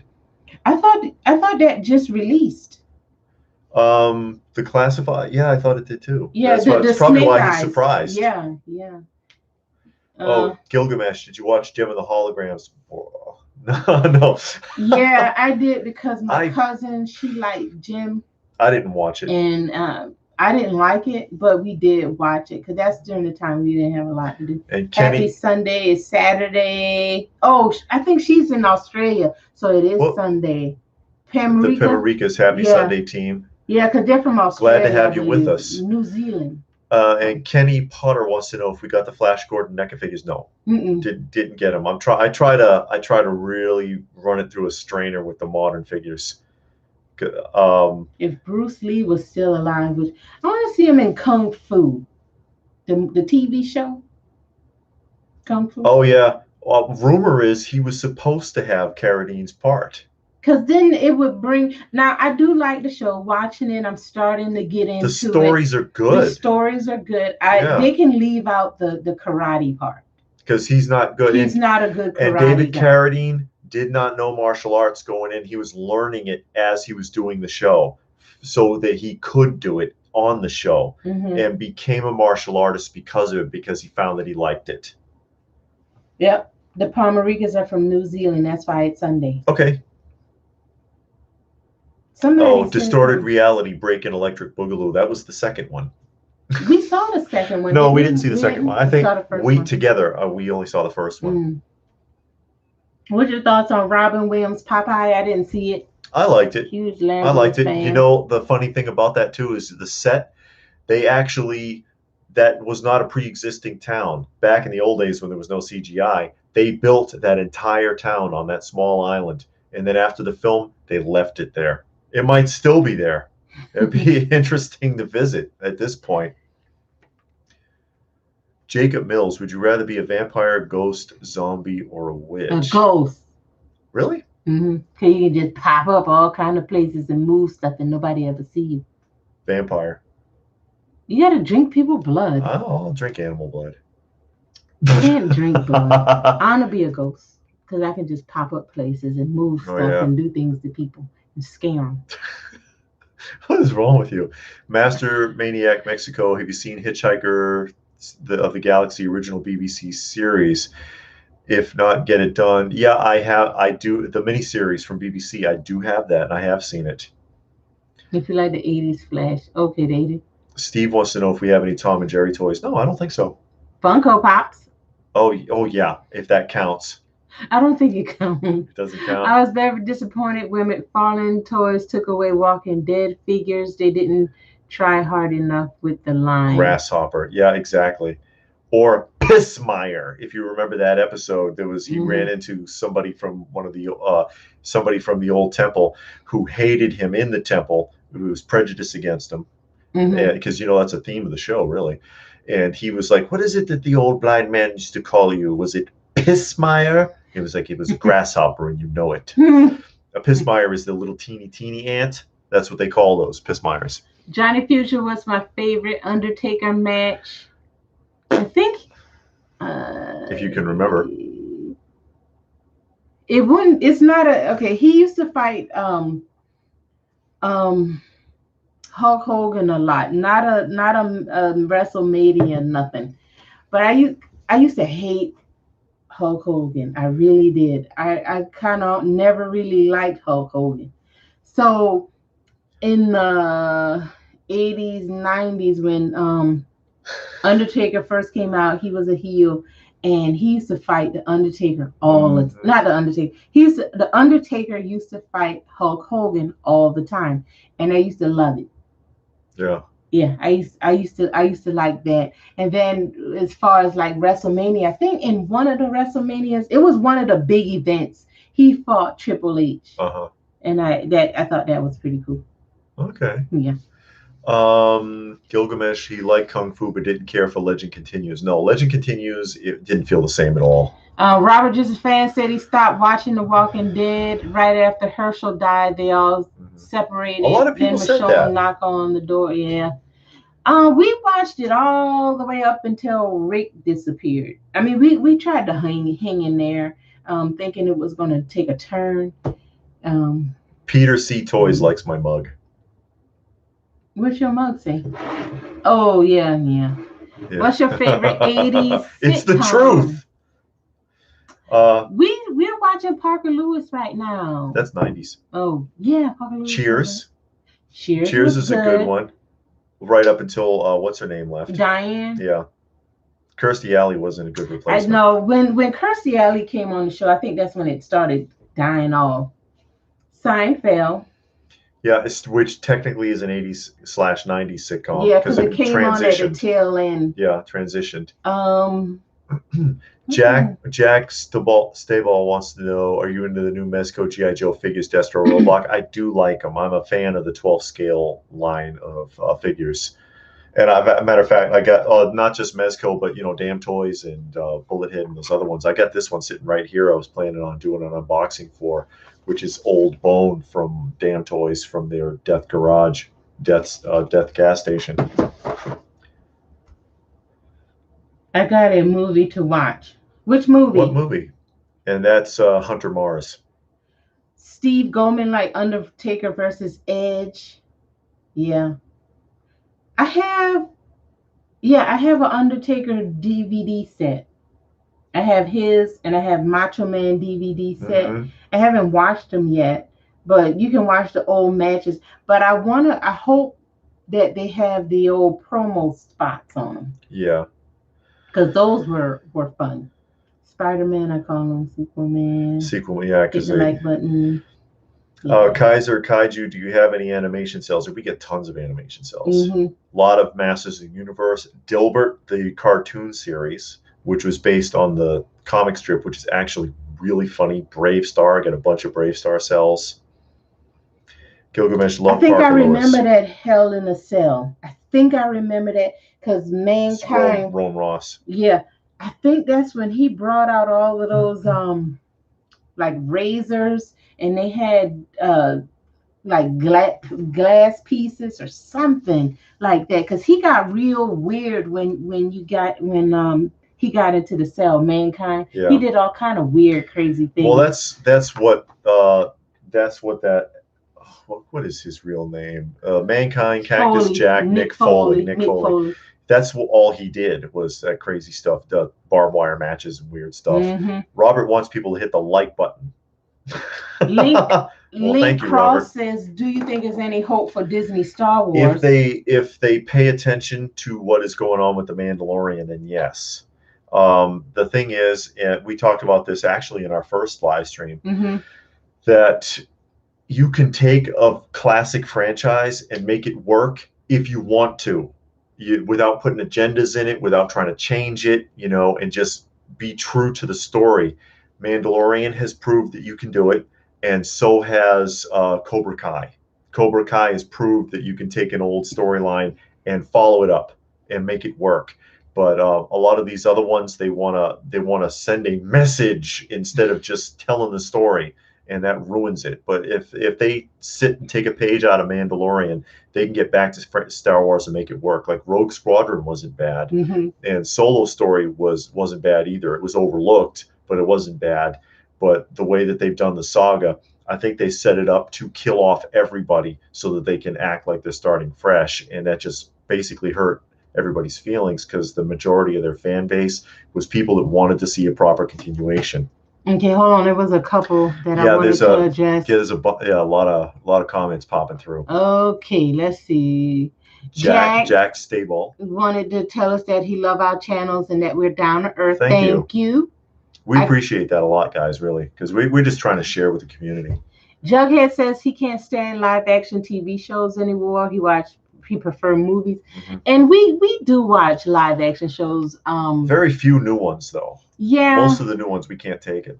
No, we're watching some older ones, even some from the 2000s. Like right now, we're watching one called Wayward Pines, which is actually pretty good. It's not bad so far. Under the Dome, which Under the is a Dome. book. They're It's not a doing book. so great with. They're not doing so great with I it read so the far. book. It's a Stephen King novel. Yeah. And the book is Ripped actually off from Rod Serling, by the way. it's The actually episode- not that bad. The book is not bad. But you know, like how he looks at someone's idea Mhm. and then turns it into a book like this thick. Well, actually, it's a two volumes, and it's like Two books this thick. 1,000 pages. The episode of the Twilight Zone, can't think of the one where the two people are kidnapped by gigantic aliens and they're trapped in a little dollhouse town. Yeah. Under the dome. Sure. Johnny Future says the worst Undertaker match was WrestleMania 9. Undertaker and Gonzalez. Kaiser said, "Do you know Gina is coming back?" I don't know who that is. I don't. Oh, no. Kenny Potter, who you think will win, Superman or He-Man? I think Superman will win because he can fly. Yeah, he has that advantage. Just pick up He-Man and fly into space and let him suffocate. Movie World. As a kid, what was your favorite Saturday morning cartoon? I actually liked the Smurfs. I really did. Oh, the Smurfs are I fantastic. enjoyed that as a kid. And we just recently finished rewatching the Smurfs. Mm-hmm. That show is hilarious. It is. It really is. Who is it? Jughead wants to know who would win a barbed wire match, me or McFarlane. Oh, come on. You already know the answer to that. I used to love Wonder Bugs. Stupid Buggy. I always wanted the Doom Buggy. I remember Wonder Bug. I like the GoBots reboot. No, Blake wants a GoBots reboot. No, he says I'd like. GoBots Okay, reboot okay. As a spoof comedy. Oh. Huh. And they told fans they're big. Oh, yeah, Sequential Geek. Yeah, I see what you're saying. They told fans, where are we? They told fans they're bigots if the fans complain about the quality of the writing or art. And that happens a lot nowadays. Did you ever see Black Star or Rock Lords? I never saw it. David probably did because he got some of their Never figures. seen it, but they look interesting. Oh, you mean the action figures? I have Rock Lords. Mm-hmm. I don't have any Black Star figures, unfortunately, but I do have some Rock Lord figures. They're pretty cool. It's like Transformers, but they're rocks. It's the truth. They transform into little clumps that don't even look like rocks, quite frankly. Gilgamesh said we should try Dead Like Me. It's a dark comedy and haven't seen it. No, we haven't seen that. Mm-mm. Twin Peaks. I never seen Twin Peaks. Jesse Say What likes Twin Peaks. I never saw Twin Peaks. I've seen a couple episodes way back in the day. I don't remember it What's very it well. about? Oh, geez. Oh. That's kind of hard to explain. I don't know if I have enough time. Oh, okay. Oh, okay. They're going to bring back Gina Carano from The Mandalorian. Yeah, she got fired. They fired her for having an opinion. Yeah, for having her own thought and opinion and not falling in with the crowd. Do you guys know, like, animal figures? Huh? Do you guys like animal figures? Shanoa Belmont, do you guys know, like, animal figures have any in the collection? Animal action figures? I don't. No. I would like to get the Kenner Duke, though. The Duke was a Kenner action figure of a German Shepherd, and he came with play sets and all kinds of neat stuff. I'd love to get that stuff. Robert said, do we like the CGI Smurfs? Movie? Just a cartoon. Well, she hasn't seen it. I have. I think it was all right. It was all right. It was fun. BrolyCon, I always forget to ask, will you be collecting original She-Ra figures? I guess that's you. She was never a fan of the She-Ra show. No, I was never a fan. I only watched maybe 2 or 3 episodes as a kid. Yeah. I didn't care for it, so I'm not into the figures. Now, I do have like the Hordax and stuff, mainly because when 200X came out, Hordak was more prominent. Yeah, he was a big part of it, and so was King Hiss. Just Call Mercy. Wayward Pines was great. I never finished it. Was it canceled? We're not sure because we're not through. We don't binge, so we watch like an episode a week. Yeah, and that's starting to hurt us because we were watching Dallas. And now you have to pay for Dallas. They pulled the okie doke on us. I was so mad. And we did a discussion on that not too long ago about these streaming services pulling that crap. Yeah, because I mean we into Dallas, we like 4 or 5 episodes in. And now we turned on Amazon today and they say you had to pay per episode. And it's like, what's up with that? We were just watching it for the last few months. Yeah. Action figure expert. Actually, if you do not know, Superman has a weakness on magic, and He-Man gets his power from magic. So in a way, He-Man would win. Yeah, that's why he has trouble fighting Shazam. But that's why I was also saying, in theory, he could like just fly Superman. I mean, he could just fly He-Man in space and leave him there. He doesn't have to fight him. He uses his brain. Blake Quasman, Kaiser trying to start something. Oh, okay. I always wanted Manimal figures. I remember Manimal. They never made figures. So it was like a one-season wonder in the 80s where a guy could turn into different animals, but it was always the same one.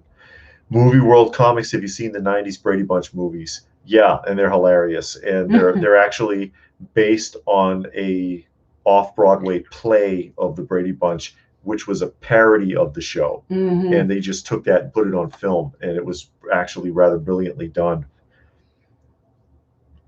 Okay, okay. Wow, just walked into my living room and my kids are watching the Smurfs. There you go, Jesse. Great point. That was a great show. Yeah, and I didn't realize it until we started. The Smurfs were not scared of anything. No, they were fearless. They were fearless. They gave Gargamel a hard time. Gargamel should have just backed off. And Gargamel, in the series, actually a very successful wizard, but he was so obsessed with hurting the Smurfs, that's what screwed him up every time. Sequential geek, great point, but with super speed and strength, throw He-Man in orbit. Yeah, that's what I was saying. Yeah. That's why people say that, oh, well, who would win in a fight, Iron Man or Wolverine? Iron Man can fly. Iron Man can fly over Wolverine and blast him, and Wolverine, what's he going to do? He can't do anything. He can't go anywhere. But, in comic books, they'd have them trying to slug it out. But if you apply logic to it, it's a little different. No logic. I know, it's a comic. It's just a comic book. Johnny Preacher never heard okie doke before, so good. You can put that into your vocabulary. Oh, Blake Quammen just requesting no politics. So I know what you mean. Superman did lobotomize Billy. What? Where? I don't know what that means. Right here. Oh, yeah, I wasn't reading the comic sense, so I don't remember. I think I know what he's talking about, though. Let me see. She-Ra figures should have been more like action figures. That's Brawley-Con. Classic line. That's the mistake. And if you watch the Toys That Made Us, when they talk about the He-Man and She-Ra, and when it dropped off, when it went from like $100 million to making like 15 out of nowhere, they blame the She-Ra line, because the She-Ra line, they basically made a bunch of dolls. Yeah, with combs and brushes and hair and stuff. And if they had just made female figures like they did with Evelyn and Tila with the He-Man line, and kept it like that, they think that it would have kept going. But they think that like making them into little dolls killed the line, and even to the point where it backlashed into the He-Man toys.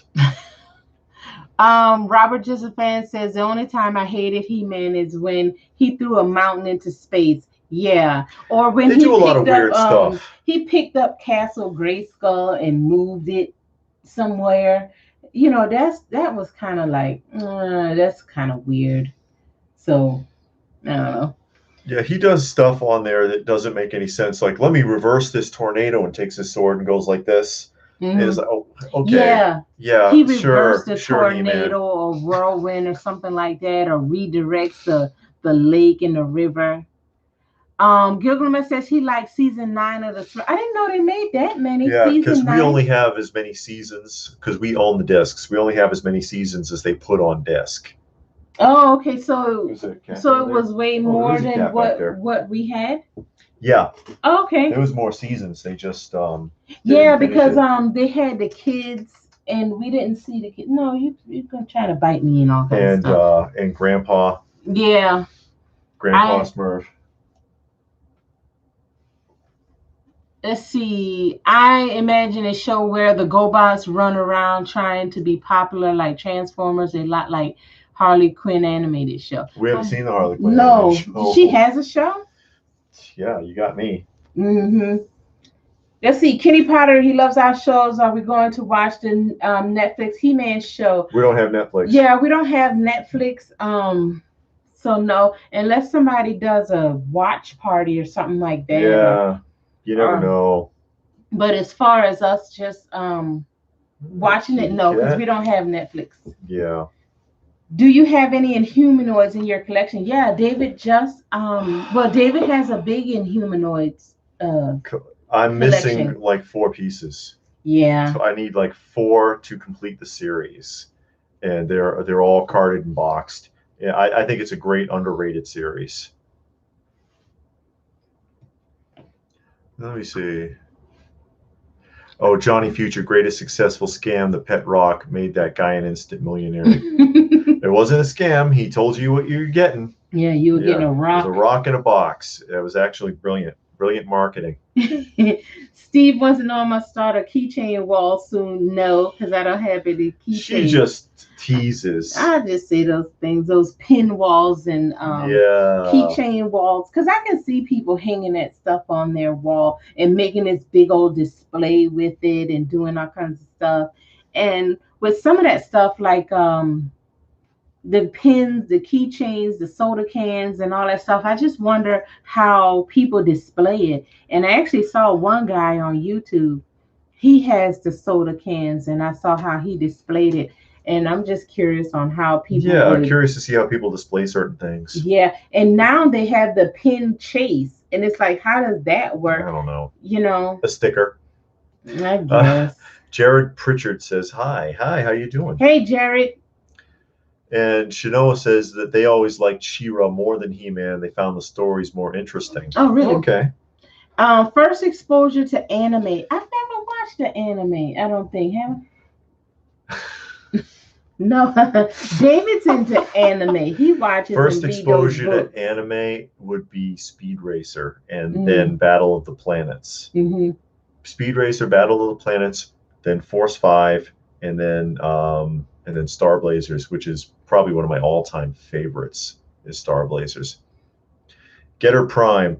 I think they said the Mattel Girls Toy Department group took the She-Ra line from the boys' toy division. Yeah, the rumor is, and how it's presented on the Toys That Made Us was that the girls' division, I guess they were jealous that the boys' division was making so much freaking money, and they said, we want a piece of that, and fought it until they came up with She-Ra, and She-Ra just didn't work out. But it fell so hard, it crashed both lines. Yeah.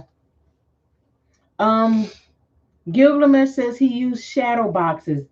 Okay. Now, what I thought is, like, you get the pegboard and you put, like, the pins in the, not the pins, but the keychains, like something in the pegs, and you hang the keys on it, the chains on it. You could do that. Yeah.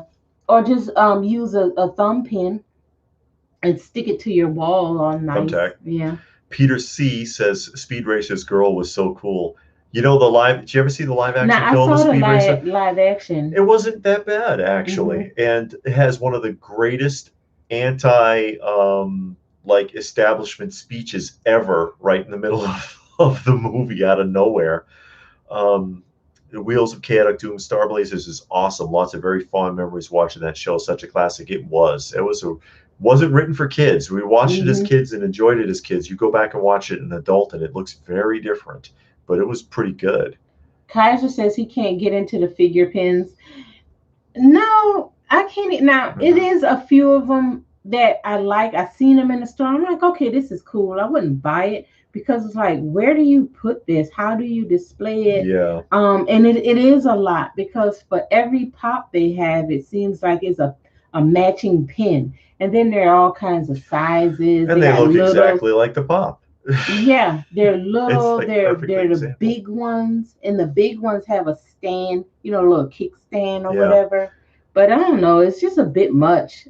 Blake Quammen says Toys That Made Us was awesome. Yeah, it was a Yeah, fun show, but it upset the market a lot because a it lot of did. people who were investors rather than collectors have driven the prices on a lot of those toy lines way up. Yeah, because you saw as soon as they put out a new episode for a certain toy line, that toy line prices skyrocketed. So when you have those shows like that, and also when you have a new movie, a new cartoon, something coming out, it drives the market Kitty. in a direction. So then you're like, oh man, I was doing good until this happened. Robert wants to know if anyone's seen Jason the Wheeled Warriors. Yeah, I remember that show. They had an action figure line too that's pretty hard to find. Speed Racer's body count is so high, he kills so many racers. Yeah, a lot of them ran off the road. Yeah. You never saw them again. William Randall says he's going to go watch some fireworks. Okay. Have a good time. Yeah, have a good time. Later, when I watched a Wheeled Warrior Jason on the YouTube. Wheeled Warriors. Okay. I never heard of that before. It's a weird cartoon. Mm-hmm. Mm-hmm. Wheels of Chaotic Doom. Show and films hyped the market. Do you remember Battle Beyond the Stars? Battle Beyond the Stars. No, I never heard of that one. That sounds familiar, and I'm, I might remember. Did anybody see Plastic Crack? Because I heard that it was on Netflix and I heard it was on YouTube. That's Justice Curry's little pet project. No, he was in it. He was in it, but he acts like he did the whole thing. He's like, oh, you're going to see Plastic Crack? I made Plastic Crack. No, I'm teasing. Yeah. Justice Curry. But, so don't tell Justice Curry I was being mean to him. I'm just playing. But, yeah, we've heard about it and heard about it and heard about it, but haven't seen it. Yeah, and I tried finding it because I want to see it and see, what it's about and how it goes. But we could never find it. Blake Quammen, Dino Riders or Dino Saucers. I remember the Dino Riders. I don't have any, but I remember it. Maniac said he got his pin. Oh, I see what the problem is. Johnny Future saying Battle of the Stars, all those celebrities. No, Battle of the Network Stars. That's what that was the title. That's what threw me off. Yeah, I used to watch that. I remember the episode. I remember watching the night that Lou Ferrigno was on, and he basically carried the entire CBS team by himself. Oh, that's when they were doing different activities. The three networks would come together and they would do like a little mini Olympics. Oh, okay. I remember when they had the Circus of the Stars, Barnum and Bailey. They would do a big thing every year, and they would have TV and soap opera stars on there, and they would train them how to do like the walking, the tightrope, and all kinds of stuff like that. Okay, Robert says that it was a ripoff with John Sachs and George Peppard's Sybil Danning 70s movie. Okay, now I know what you're talking about. Yeah, it was a parody of Star Wars. Yeah. Okay, that makes more sense. Sequential Geek, question for y'all. Do you ever at a local con like a Knights of Columbus or Elks Club type of OG mini comic deal? Do we ever have a booth? No, we don't have a booth. No, we just go and walk around, buy stuff. And Blake wants to know if I'm going to get the Super 7 Silverhawks on the fence. Really. I'm interested in seeing their new G.I. Joe. Yeah, I'd rather have the original Kenner Silverhawks. I have a couple, but I don't have much. Yeah, I have three. Have you seen Storage Wars? Yeah, that's driven the storage market up. Because those things used to sell cheap. You could get a storage unit for under $500. Gilgamesh wants to know if I had the Skeleton Warriors. I used to have the entire series, and it's part of the line that was stolen. I've talked about that before. I had a big collection stolen. Yeah, and back on Storage Wars, and I'll go to an interview. I can't remember the name of the guy. He was on Storage Wars, and he basically explained that show's full of crap. And it's also ruined his career because he... I don't remember who the actor was. If I can remember, they are technically actors, but whoever the guy was that was in the interview, who is a big Storage Wars participant, he said, what you see on the show, when they show you 2 or 3 of my lockers, I actually bought like 20 or 30. and the 2 or 3, no matter how bad they are the best of those lots. Oh, wow. And when I used to do this professionally before the show, storage locker, it was no big deal because we were paying 15, 20 bucks for a locker. Nobody was out there bidding. Now everybody is. Lockers are going for like $1,000. Yeah. And almost everything you get out of the lockers is lawn furniture and baby clothes and garbage. And it's ruined that entire method of collecting and reselling. Yeah, and then you see the stuff at flea markets, yard sales, and stuff like that, and you can tell that it came from a storage locker just by what you get. And now, because of those shows, everybody thinks they're an expert and they want crazy prices for stuff. Sequential Geek want to know if we mainly collect or do we have an eBay site? David has an eBay site. Not really. I don't have an eBay site. I mean, occasionally I sell on eBay, but no, I don't have an eBay store or an Amazon store or something Blake. like that. Yay. Oh, Blake, wow. Showing some love. Thanks for the stream. Thank you so much. Yay. I appreciate that a lot. And by the way, you know, people who do that, it goes right back out because, you know, when we do a giveaway, that's me giving it back when we do the giveaways. Yeah, but we collect and David sells stuff on eBay. Yeah, sometimes, or because I could go months without putting anything on eBay. eBay's got so bad, you know. I just don't like it. And people are like, "Oh, we'll do Facebook Marketplace." Yeah, good luck. The only person who has any luck on Facebook Marketplace is Justice Curry. Be quiet. No, he does good on Facebook Marketplace. Yeah. Actually, I've had a lot of trouble with it. Richard wants to know if you get in a Hordak, which you didn't, and do you think they'll come with a Filmation, a blue Filmation version? They should have in the first place. I did not order the Hordak from the Mondo. I wanted it. In my opinion, I said this the last time. I think I said it when we showed it on the roundup too, on the weekly roundup on Saturday mornings. But the exclusive should have been the basic figure, especially with a $250 price tag. And the exclusive figure should have had a Filmation head, and I think they blew it. And it bothered me to see what they offered, because they've been teasing that figure for more than 2 years at Comic Cons. For 2 years, they've had that figure on display and saying, yeah, we're going to do it. Yeah, we're going to do it. Yeah, we're going to do it. And then when they did it, they hiked the price way up and cut all the accessories out. And I was just like, come on, because I was really enjoying that series. I've got all their figures up to the Hordak, and I didn't order it. Robert wants to know if there's anything other than eBay. Macari is one. Yeah. They have a lot of stuff on there.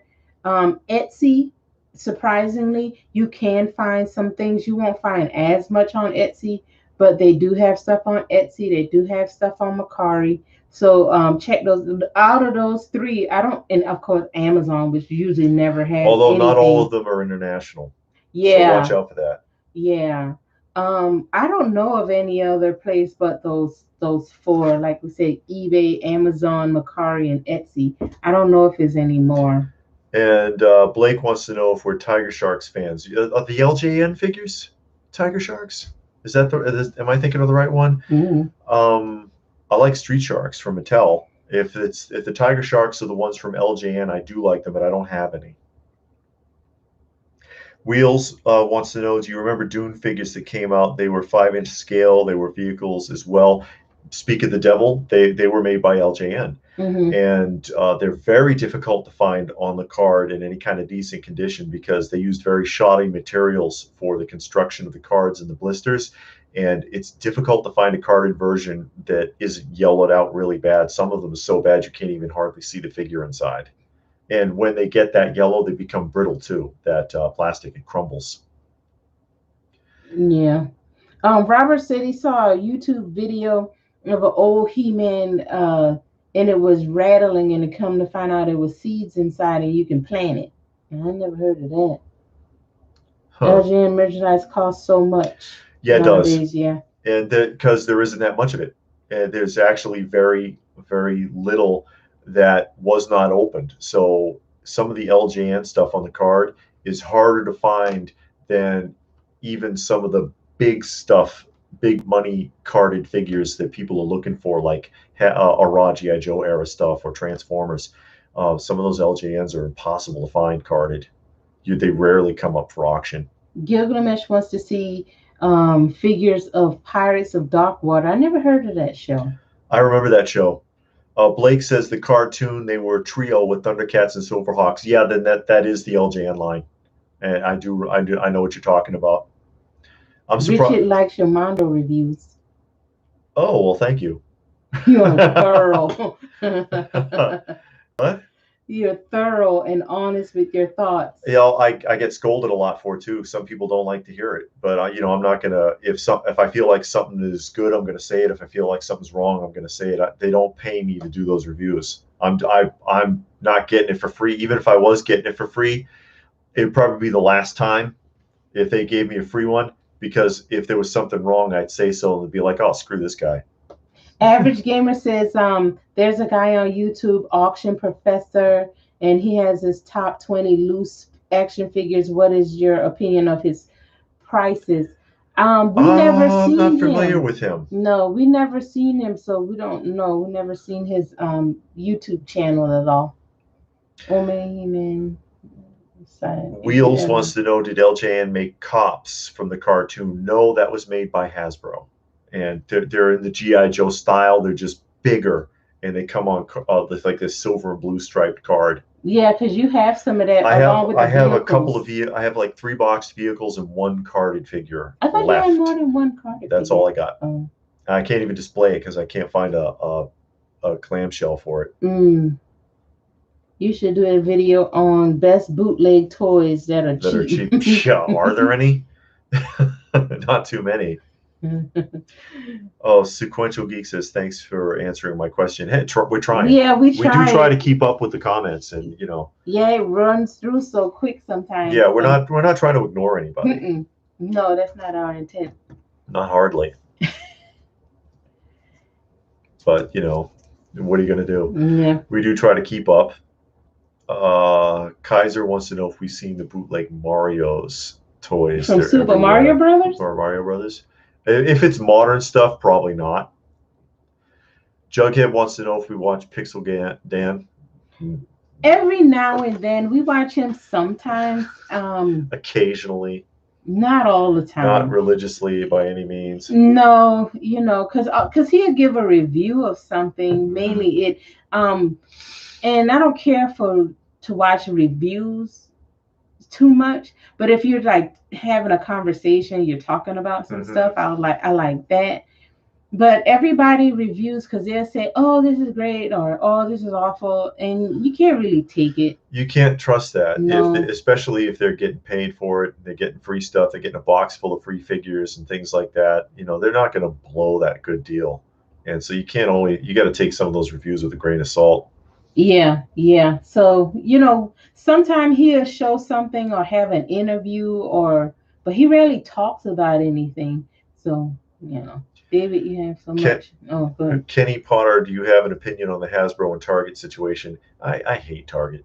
Hasbro and Target situation. I hate Target. They have a Funko situation. They have a NECA situation. Yeah. They got a lot of situations because a lot of stuff goes out the side door. And I don't get that. Why? And I've seen somebody try to explain it on eBay, not eBay, on YouTube. And I get what they're saying, but it doesn't make any sense. You know, why can't you just sell your figure? Just sell it to the masses anywhere that selling is available. Just make it available. Why does it have to be exclusive and all of this stuff like that? It just when it's an exclusive, it's because the company arranged for an exclusive figure. Yeah, and I understand they do that you on purpose to create artificial demand for the particular store. Yeah, but it just makes it harder on the buyer. And Jared says, I watch every video. I like the upfront info. Oh, info. Okay. Put some glasses on. We just try to give honest opinions. Yeah. Whatever happened to race car slots is always on toys, but never seen old Tyco race car slots commercials used to. Well, it's one of those toys that's Mm-mm. faded away because kids don't play with toys anymore. So what are they going to do with slot racers or train set or any of that stuff? They don't care about that anymore. And there's not, parents aren't encouraging these kids to get involved in that kind of stuff either. So it's kind of fading away. Yeah.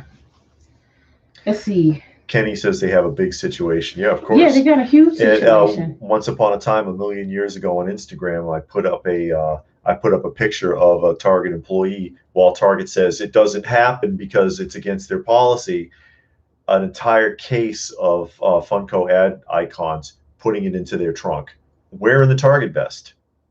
So yeah, tell me again about how that doesn't happen. Gilgamesh says Cobra Island equals Scalper Island, pretty much. We've never seen the Cobra Island anything.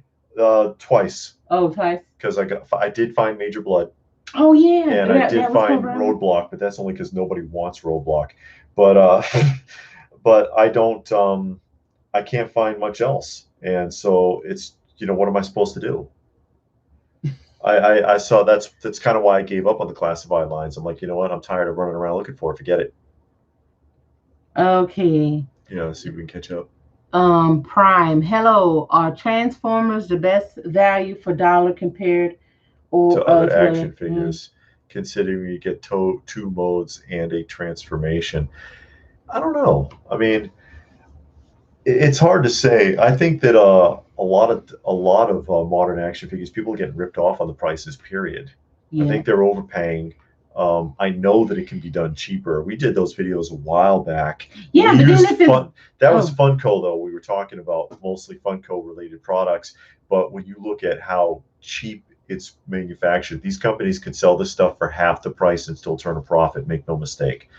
yeah, But but then if it's all cheaper, it's gonna be the quality is gonna be quality's super already poor. down there Yeah. as it is. Although I do like some of the artwork on the new boxes on Mm-hmm. the Hasbro Transformers that they've stuck with some of the art. I appreciate that. Mm-hmm. But as far as value for the money, because we don't buy modern Transformers either, so it's hard to say. Well, I bought the Walmart reissues. Yeah, and they weren't cheap either. No, about $30. Kaiser wants to know if we hate it when the promo photos for a figure look good and the actual production looks worse. Yeah, and they do it all the time. That happens quite a bit, and that is annoying. And people look at it, it's like, the hell happened? Jacob says, I bet you guys love street dates. No, I mean, they say it's gonna come out. It come Well, out when no, it come because out. you remember that's happened to us where you've gone to buy something like, oh, we can't sell this to you. Oh Remember yeah, that happened to you at Target? and they tell you to put it back Yeah, because they can't sell it. But then it's like, well, why you got it on the shelf? yeah, You know, because they're full of crap. I guess Jared wants to know if do we collect any modern figures. I do. A David handful of Harley things. don't really. A handful of things like I like the Mezco 112 figures, and I have a bunch. I was doing the classifieds until I got discouraged because I can't find them. So yeah, we do the modern stuff sometimes. Yeah, and I get NECA. the NECA, the origins. I get the vehicles and the animals, and that's it. Not the actual figures, and some of the Ninja Turtles, and I get a bunch of stuff from Super 7. I do. And Illmatic Prime, do you collect any vintage Diaclone? Yeah, well, I have one. She has the one, and she's got the original Walther P38 Uncle Megatron. 1974 Megatron in the box. Yeah, I have that and the Prime. Yeah, she's got Optimus Prime. Yeah. I would like to get the Soundwave. They have a Soundwave, and what was the other name of the black one? Soundwave's brother? Yeah, I can't think of the name right now, but I want to find those two. I haven't even looked for it in a long time, but I would like the Takara Soundwave. And Average Gamer says, "What figures are you okay with taking out of the box?" Well, I open all the Mezcos and I put them on display. And if it's a 6 scale figure, I'll open it and put it on display. So as far as modern figures, usually that's a. I don't take nothing out. Ilmatic Prime says, "Nice original Megatron is dope." Original Megatron actually shoots. Yeah, it comes with a rack of pellets, mm-hmm. and you can actually shoot it. A feature that they took away when Hasbro brought the property to the U.S.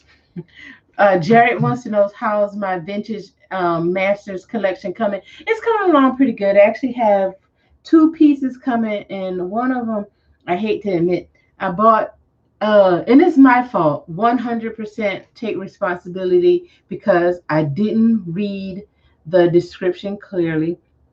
I got excited, you know, and I thought I was going to get a deal because I won an auction. Sound Blaster, thank you. Sound Blaster, thank you. Thanks. So it was a squeeze figure, and it was on bids, and I bid on it, and I actually won. Mm-hmm. And then for some reason, oh, I know why. The same seller had a bunch of other stuff, and he had a Mechanic. And I need that, and it's on bids. So I'm looking at it. Yeah. I'm like, wow, this card looks great. It looks brand new, And then I looked at it and I read the description, and it says that it was recarded. And I'm like, wait a minute, recarded? So I went back to the one that I bought, and in very fine print. Yeah, he was not very clear at all. Not clear at all. It said that it was recarded, and I'm like, oh. Steve is back. He had to take the dog out. Got to take the dog out. Yeah, you got to take that dog out. Yeah, so basically, she got the okey doke pulled on her, and she'll probably be sending it back. I don't know. It's expensive for recarded. I think she got gypped. Yeah, but the guy says he don't take refunds. Yeah, there's no such thing as no returns on eBay. Believe me. But I did get another figure.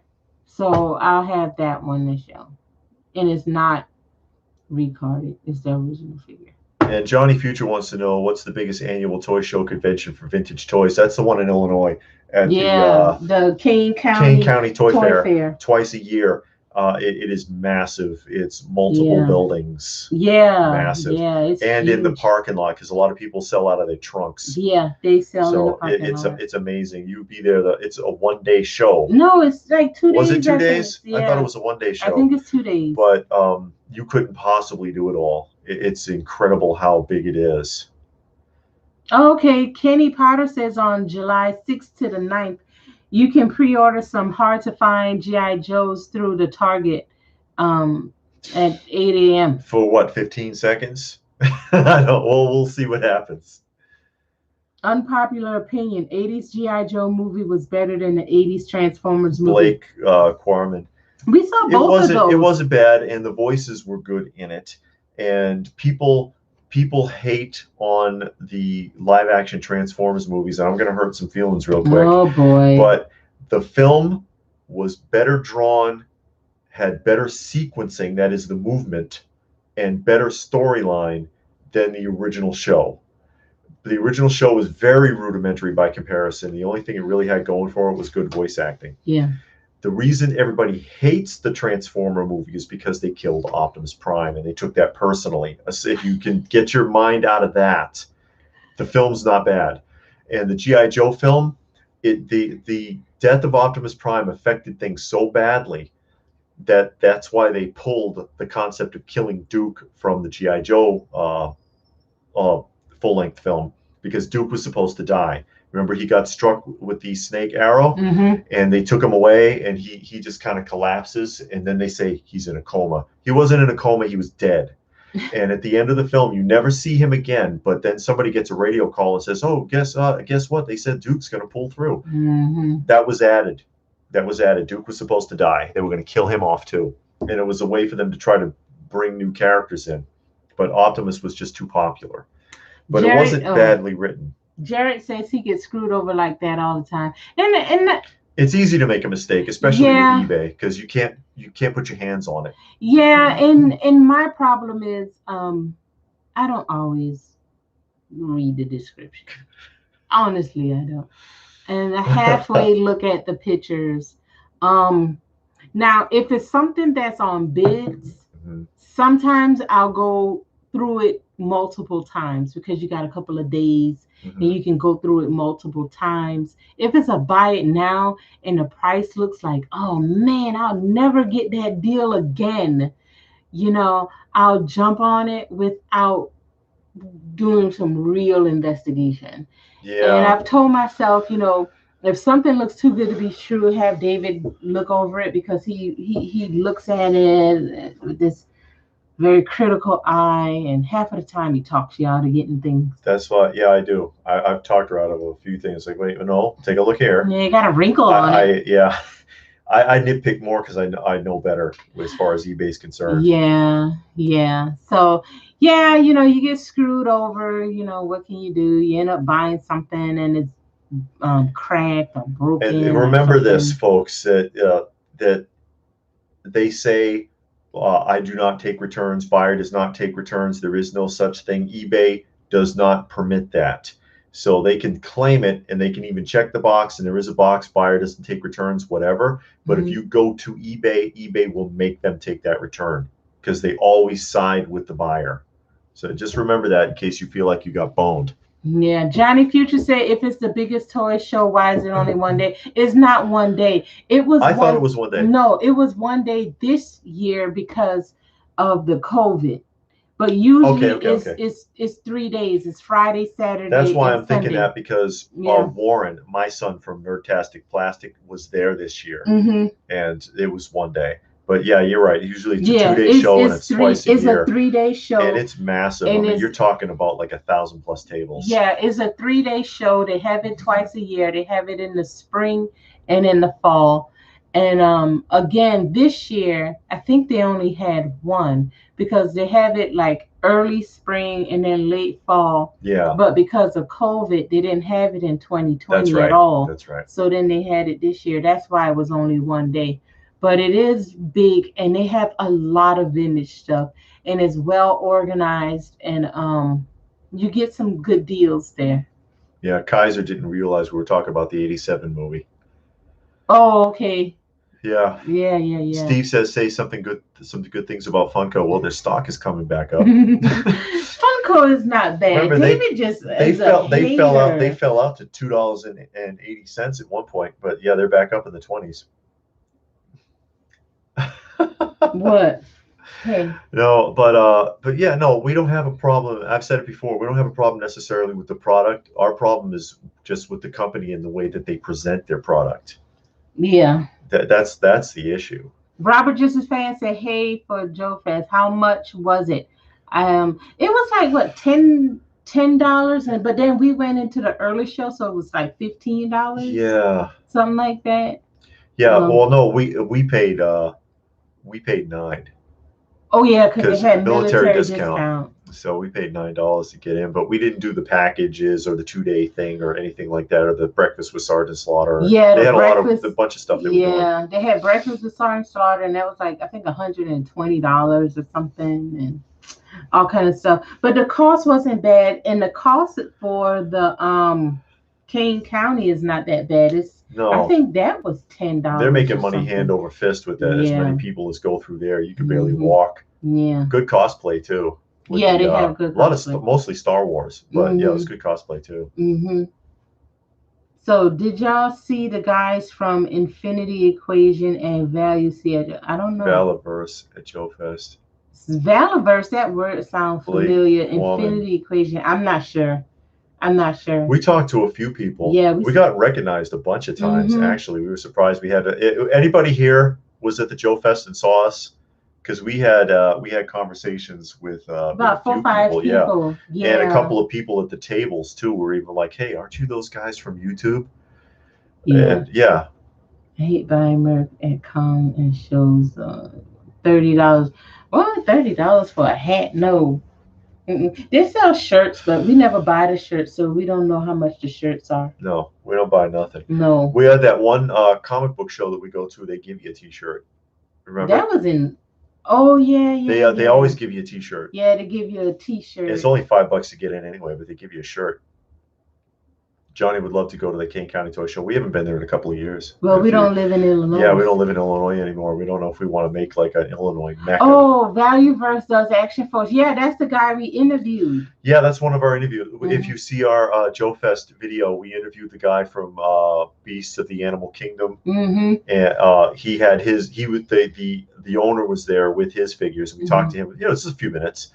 And we talked to Valuverse also. He was set up right next to Sergeant Slaughter, which makes sense because he's got a Sergeant Slaughter figure. Yeah. Yeah, we interviewed those two guys, and we interviewed somebody else. The guy who had the Motu packs for the 1/18 scale figures. Oh, yeah, he did the dioramas. Yeah, the dioramas. And what was it? Was it Robert wants to know, was there any other YouTubers that we knew at JoeCon? We didn't see any. They didn't say anything to us if they were. Bobby Vela. He watched Blake watches this show a lot. Okay. Okay. I was at a gaming show in Boston. Oh, okay. Kaiser. Do they allow videos inside your thing? Yeah, we didn't say anything to us. Yeah, we videotape the whole thing. We videotape every freaking show we go to. The only time we ever had a problem was at a flea market. Yeah, they gave us a hard time. Yeah, they were like, "Oh, you can't do that here for security reasons." And it was only when you get to certain booths, they'll say, "Oh, we don't want you filming our booth." Yeah. All right, whatever. And sometimes the closest we've ever gotten at a show is sometimes the dealer is like, "Oh, I don't want to be filmed." Yeah. And we're okay. No problem. Most of the time, they don't mind at all because from their perspective, you're seeing their table, probably see their name, and it's kind of like a little advertising for them. Yeah, and I always try to make sure I get a picture of their name, their banner, or their card, so people can know where to find them. If they're not busy, I'll ask them their name, where they are, and all kinds of stuff, so people can find them. And sometimes we like to try to point them out, because it helps help them out. Johnny wants to know if we've ever been to SDCC. No, we haven't been to any of those like major shows like that. And Prime wants to know, what's your G.I. Joe Grail? Ooh, G.I. Joe Grail, original or classic. I'd like to get my Soldiers of the World in the box back from the original 60s line. Because, again, stuff I lost that'd be real hard to replace. Hugo. Hey, Hugo. 562, you guys are the best. Love listening and really enjoy your videos. Thumbs up as always. Thank you very much for that. Let me see.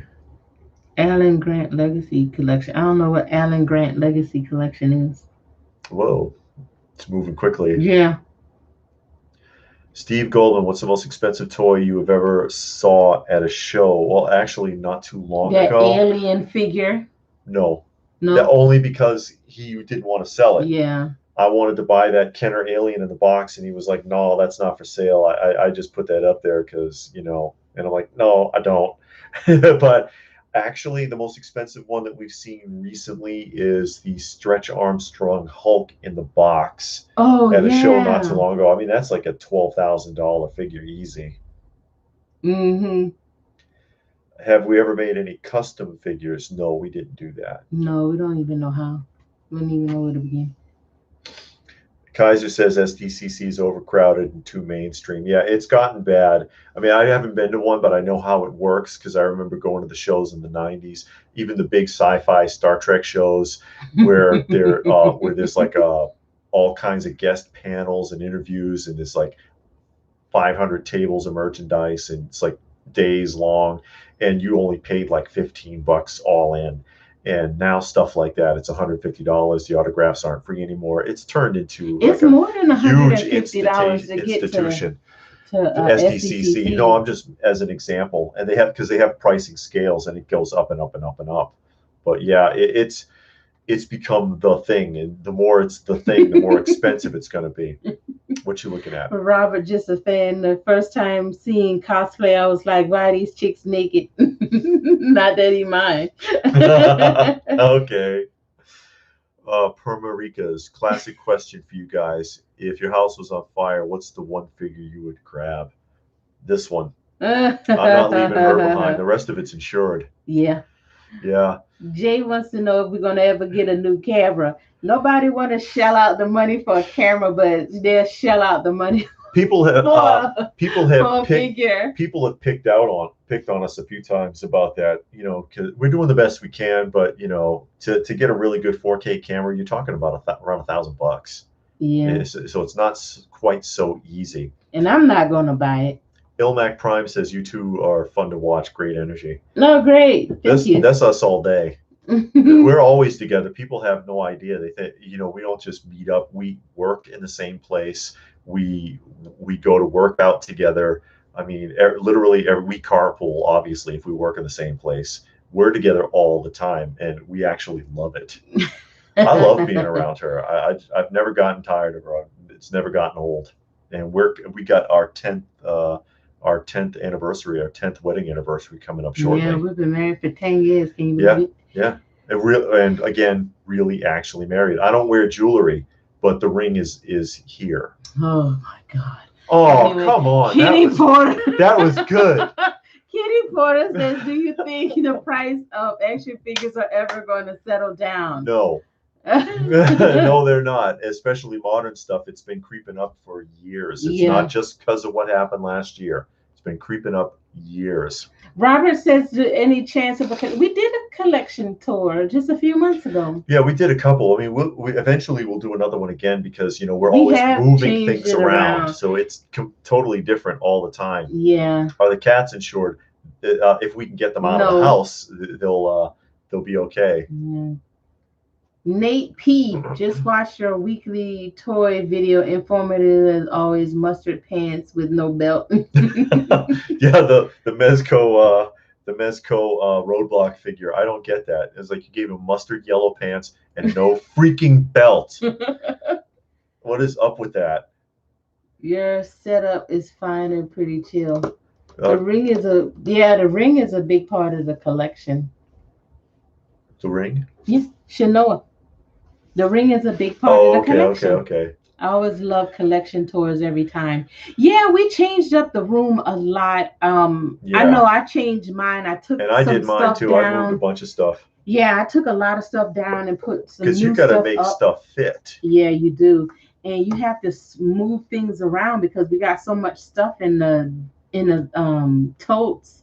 So I took a big section down and put some more stuff in its place just to get it rotated so you can see it and enjoy it. Permarica says good pick. She's a grail. Absolutely. Johnny want to know if we'll do a DVD tour. I don't know about that. Some people do that. I mean, I don't know if I've ever shown around this room. This is the office, and this all video game equipment back here. And then I've got comics that I'm working with right here. Yeah. And then over on these this shelf and another where am I? I'm over here. This shelf is all, you can see the Jerry Anderson stuff all through here, and there's Dragon Ball Z, and there's all anime and all sorts of things, and Saturday morning cartoons and Saturday morning live action and stuff all through here. And on other shelves that you can't see. But I've never really shown around this room that much. And he has his DVD collection, and I have mine. I don't think anybody wants to see that. It's all like those sappy movies and stuff like that. Robert loves the slat wall ideas. That has been a game changer for us. We really like it. Yeah. We did a complete video on it like a year ago, I think, because people kept asking about it. Yeah, I'm glad that we figured that out. Actually, it was I think a Payless. One of those shoe stores were going out of business. And we just walked in there because we were looking for like the gondola things, and we saw the slat walls, and we were like, hey, this will work. Transparent shelves, multiple designs. Mm-hmm. You can put real shelving on it with the right hooks. You can put peg hooks on it. They got transparent shelves that are angled with a little lip so that you can display figures going this way. there's so many options, and you can move them around all different heights. You don't have to make them fit the shelf. You could actually make the shelf fit the figures. Yeah. And it's like, wow, this is fantastic. And then the part that I also like a lot, it doesn't stick out that far. Yeah, the shelves, you can get them short. Some of the slat wall shelves are only like this thick, so you Yeah. can get them just for the size of the box, so you're not eating up wall space. Yeah, I yeah, love that. yeah. Nate P in the 513 says, what? Yeah, and maybe he's asking about what we're saying on the slat walls. And they don't cost much. No, because We found a wholesaler and they were cheap. yeah, and then they had some that, you know, had some dings on it. You know, once you put stuff on it, you'll never see Or the you dings. can repaint it. Yeah, you know, because they can be painted. Yeah, because some of them had dings, and we just spray painted it. And they come in 8x4 panels. Yeah, and you can cut it to size with a regular skill saw. Average gamer, are there any movie franchises or comic books you can think of that don't have toy figures and or haven't had one in a long time that you'd be interested in? The only thing, and I've said it before, and we actually talked about it today, for me, because I'm watching Dark Shadows. That's a TV show that came out in the 60s. It's actually a soap opera that came out in the 60s.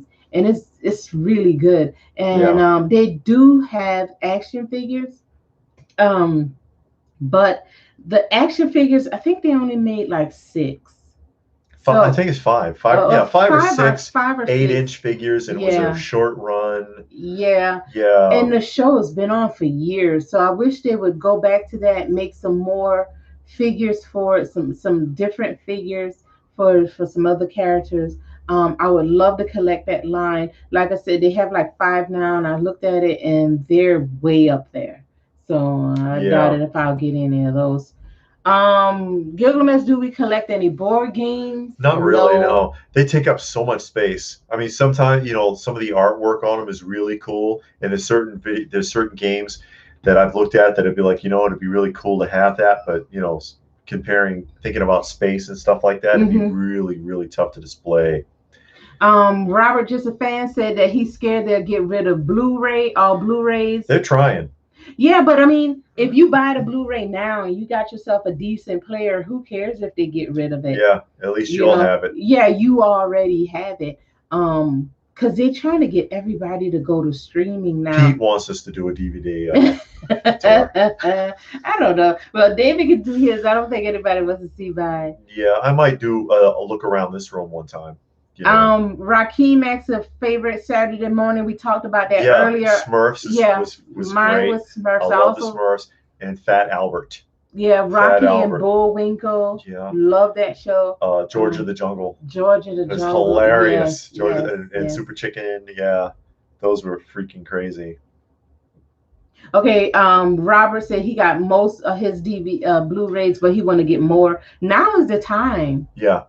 So, while the prices are way down too. Someone was asking how much the slat walls cost. Yeah, Robert was saying. Okay, so the majority of the ones that we have, we got it from a wholesaler, and like I said, we bought the ones that were kind of damaged, minor defect. Yeah, and they were like $20. A couple of them. That's 8 by 4. Yeah, so 8 by 4. 8 feet, yeah. 8 feet by 4 feet. So the size of a piece of sheetrock or a piece of plywood is that size. Also, you can check Craigslist. I found one sheet there. I think the guy wanted $10, but it was just closer. And the shelves, it's actually cheaper to get the shelves off of eBay, and you can get bundle deals for blocks of like 100 shelves for a really fairly decent price. And you can, pick whatever size you're going to work with. They come in a lot of different variety of sizes. But you can find any store that's going out of business. They usually cost a little more. So I would look on Craigslist and just type in slat walls, and it'll come up that way. That's how we find it. First, we looked in the store that was going out of business. And then I looked on Craigslist, and that's how we found it. And we found some center displays and tables. We bought those table sets, the yellow tables that the stuff is on, and there's little white ones that go with it. Yeah. Complete table sets for like $15. Yeah. From clearance stores and stuff. Great deals. The gondolas, we found some of those. We found at Goodwill. they come in handy. They're really Yeah, good. they're great for displaying the Yeah, figures yeah, and the toys and everything else. Steve yeah. Go ahead. Steve wants to know if you guys ever made a video but decided not to post it. I don't think so. I think we post everything. Yeah. Which console in your collection has the largest library of games? I don't play It games. probably is somewhere between the PS2 and the Nintendo NES. Cringiest show or cartoon. The Cringeworthy show. the girl next door. That was a I actually cartoon no. He said or show show. or the girl next door. Okay. I actually had to stop watching. I went back and finished it, but I had to stop watching that. I was like, oh no. You remember the girl next door? The girl, she had the sister, her parents died. She went to go stay with the aunt, and the aunt was abusing her and had all the town kids come over and abuse her. I don't And remember had her that. tied up in the basement, hanging in the basement. Oh, that was a movie. Yeah, Wasn't that it? was a movie. That was a movie. I had to stop watching that, but I went back and finished it. But God, that movie was like, Kaiju. oh, who? Caillou from PBS. I hear that kid's voice. I just want to pound my head on the wall. Mommy, what's this, Mommy? Shut up. Shut up. I cannot stand that show. Okay, hold on. Okay, it jumped up too quick. Okay. Jared said, I never get to go to toy shows. I live in the middle of nowhere. Oh. Okay, well. Johnny Future has to go. You have a good 4th of July. Yeah, he's going on a trip, aren't you? I think he said something about that. Good. He's going somewhere. Have a good time. Yeah, really. I'm glad Godzilla Kong is on Blu-ray. We saw that recently. It actually wasn't bad. Robert got to pick up. Shanoa Belmont. David, are we going to get a video discussion about overpriced modern figures? Yeah, absolutely. We talked about that already. A bunch of times. A lot of people, well, we talk about it, but I'm talking about the model of 3. Remember? I've been meaning to do a discussion about that, but yeah, I am going to at some point in the near future, probably in the next few weeks. Go ahead and knock that out, because none of the modern toys that you are buying now meets any of the model requirements in manufacturing. And so if in that respect, everyone who buys any modern figure is getting ripped off. Stone Sour want to know how we met. Oh yeah. I thought you told that story. I told it, but I guess he wasn't here. No, we met across a crowded room, and she saw me and she fainted, and I had to go and rescue her. No, you're not buying that. That's not true.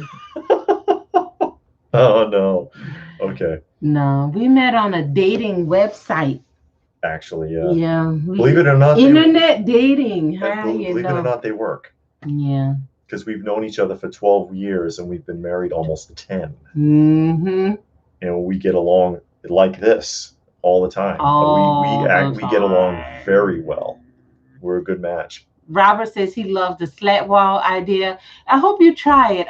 If you're able to check it out, yeah, sure. Just again, and we talked about it in the video, but just throw it out there. Make sure you screw it into the studs. We did do videos of us tutorials, putting them up. So look in the archives or whatever, and find it. But it works for us. Now I can't say it's going to work for everybody, but for us and what we're doing, it works well. And we both suggest it. It saves a lot of we recommend it. Yeah, because you don't have all that stuff sticking out. And then if you have bookshelves, and people can make bookshelves work really well, but then they also tend to bury stuff. Yeah, because your figure or whatever is either pushed all the way back, or you have stuff behind it. So you don't get to see. And then if you get the glass cases, they're very expensive. Yeah, they're very expensive. And then this way, with the transparent shelves and everything's flush to the wall and it's organized, you can see everything very clearly. So we really like it. Yeah, it works for us. Yeah, someone asked something about humidity there. Was that right? Do you get those gel packs to protect your stuff from yellowing or get damaged from humidity? Well, we keep dehumidifiers running all the time. Yeah, 24 hours a day. It keeps so it helps with a lot of different functions. It'll help to keep that from happening. It'll also help with to keep mold or mildew away. It will also get rid of pests. If you have a situation where a lot of people have their things set up in the basement, insects might get in or rodent might get in, that dry humidity will kill them or drive them away. They don't like it. So from that perspective, also, it's a big deal. What? Okay, hold on, because I want to get the two things, but I want to answer Average Gamer. But Patty says that Dark Shadow has models and books out you can get. Okay, so I guess it's like a comic book. I'll read that. Yeah, they have comic series. Okay, I'm gonna definitely I think read Gold that. Key did it. Am I right? Gold Key made those. And James said, Hey. awesome shout out to Dark Shadow. Dark Shadows, I'm surprised because It's when fun. when I was younger, it was on TV and I actually watched 3 episodes, but it was like I don't know where, but it was like way down the line. So I couldn't get into it. But recently, like a few months ago, we started watching it from the beginning. The absolute beginning. On you got to jump back and forth between Prime and Tubi. And it didn't start out being supernatural. No, they waited. They waited about 3 seasons. They started inching it in. Yeah. I guess as they started getting creative with it, they were like, hey, why don't we make a ghost? Or, whatever. Yeah. And it catches you because you're sitting there and you watching like, okay, this is the last episode. Then they'll do something. Then oh no, one more episode. So, but we keep it down. We try to watch 4 episodes a day. We don't watch it on the weekends. Because they're only like 20 minutes. Yeah, they're only like 20 minutes, but it's been on like 20 years. So, you got a while. And it's funny because like it was live. So they made a lot of mistakes. People forget lines and they're standing there like, and they making stuff up. And they start making stuff up and they call people by the wrong name, or you see the camera in the shot. Yeah. The one that one was funny where the camera was on the right side and you could see the camera was coming into the shot, and then the other camera like suddenly jerks more to the left, and then it comes inching into the shot again, and he jerks more to the left again, and he's cutting people off that are talking. And it's like, so funny because the characters are standing like awkwardly close. Yeah, they're like talking like this. And because they all have to fit into the shot. In the frame. So it's crazy. They got to fit in the frame. That's hilarious. Robert, just a fan, saw The Girl Next Door, and it was a bad. I mean, it was a true story. Yeah. But boy, that movie was People good. are evil. What can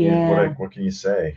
But Average Gamer wants to know some of our favorite bands. I definitely want to. What's a record collection? We don't have a record collection, but we do have favorite bands. I got some of those like old story records. Like a $6 Million Man. No, he wants to know bands. Old bands. Like Rolling Stones. Rolling Stones is good.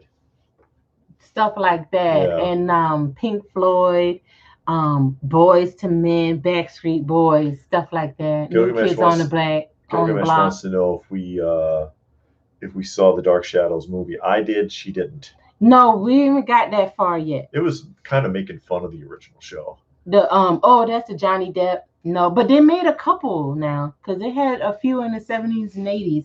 But the most recent one was the Johnny Depp one. Yeah. He was pretty chatty too. MRL 87. My husband Dan and son Nick enjoyed watching your talk about collectibles. Hey! Yay! Thank you. Yes. Just trying to share honest opinions based on a lot of experience. Buffer. But back to our favorite music. So we like. That's what James Finn says. Yeah, all the mistakes are part of the charm of Dark Shadows. Yeah. Yeah, it is. It's funny. It is. It's a good show, and the storyline isn't bad. It's not bad. The characters get on your nerve because you want them to move along, and you want them to. And they kind of can't. Yeah. But... And you want them to figure things out quick. And the actor who played David Collins should have gotten an Emmy for being the most hateful, evil little brat ever. That you just want to reach through the screen and choke him to death, because that's good acting when you hate somebody that much. He was annoying, and then he got better, because right now we're at the point where Laura Collins, David's mother's in town. They kind of got her almost figured out. Peter says congratulations for 10 years. Thank you. Oh yeah, thanks. But they almost got her figured out. So Laura Collins. Laura Collins, yeah. So Laura Murdoch Collins. So we're getting around to it. But back to our favorite bands. Yeah. We listen to classic rock from 70s and 80s. And 70s pop, 70s, 80s pop. I like 90s pop, 80s and 90s rap, 70s, 80s, 90s, some 2000 R&B. Yeah, and 70s funk and disco. Yeah, 70s and 80s. Some 80s disco wasn't bad. Yeah, it didn't last long through the 80s, so just like the first couple of years. No, but like Creedence Clearwater, Pink Floyd, you know, all of the commercial bands. Yeah. They're big. Love stuff What's from the 80s. What's wrong? You know, that kind of thing. So Genesis was good. Yeah. Genesis Stevie was good. Nicks, actually, I kind of don't like Stevie Nicks. I don't think she deserves as much Go ahead. fluff. I'm just messing with you. As everybody says. I got fur on me. Sorry, I meant to ask if you can give a shout out to Nicholas. Hey, Nicholas. Oh, is he watching? Hi, Nicholas. How you doing? How you doing? He's 11 We see you back. Oh, yeah. We can see you through the television. No, although that is a possibility. So watch out. You never know who's watching back. Kaiser says he dared me to listen to modern rap. That modern, not just rap. But modern music, they do that mumbling, and you don't know what they're saying. And it's like, and then when you find out, you're sorry you did. Yeah, because we actually talked about this. Look at that guy from the Doritos commercial. Yeah, we talked about it.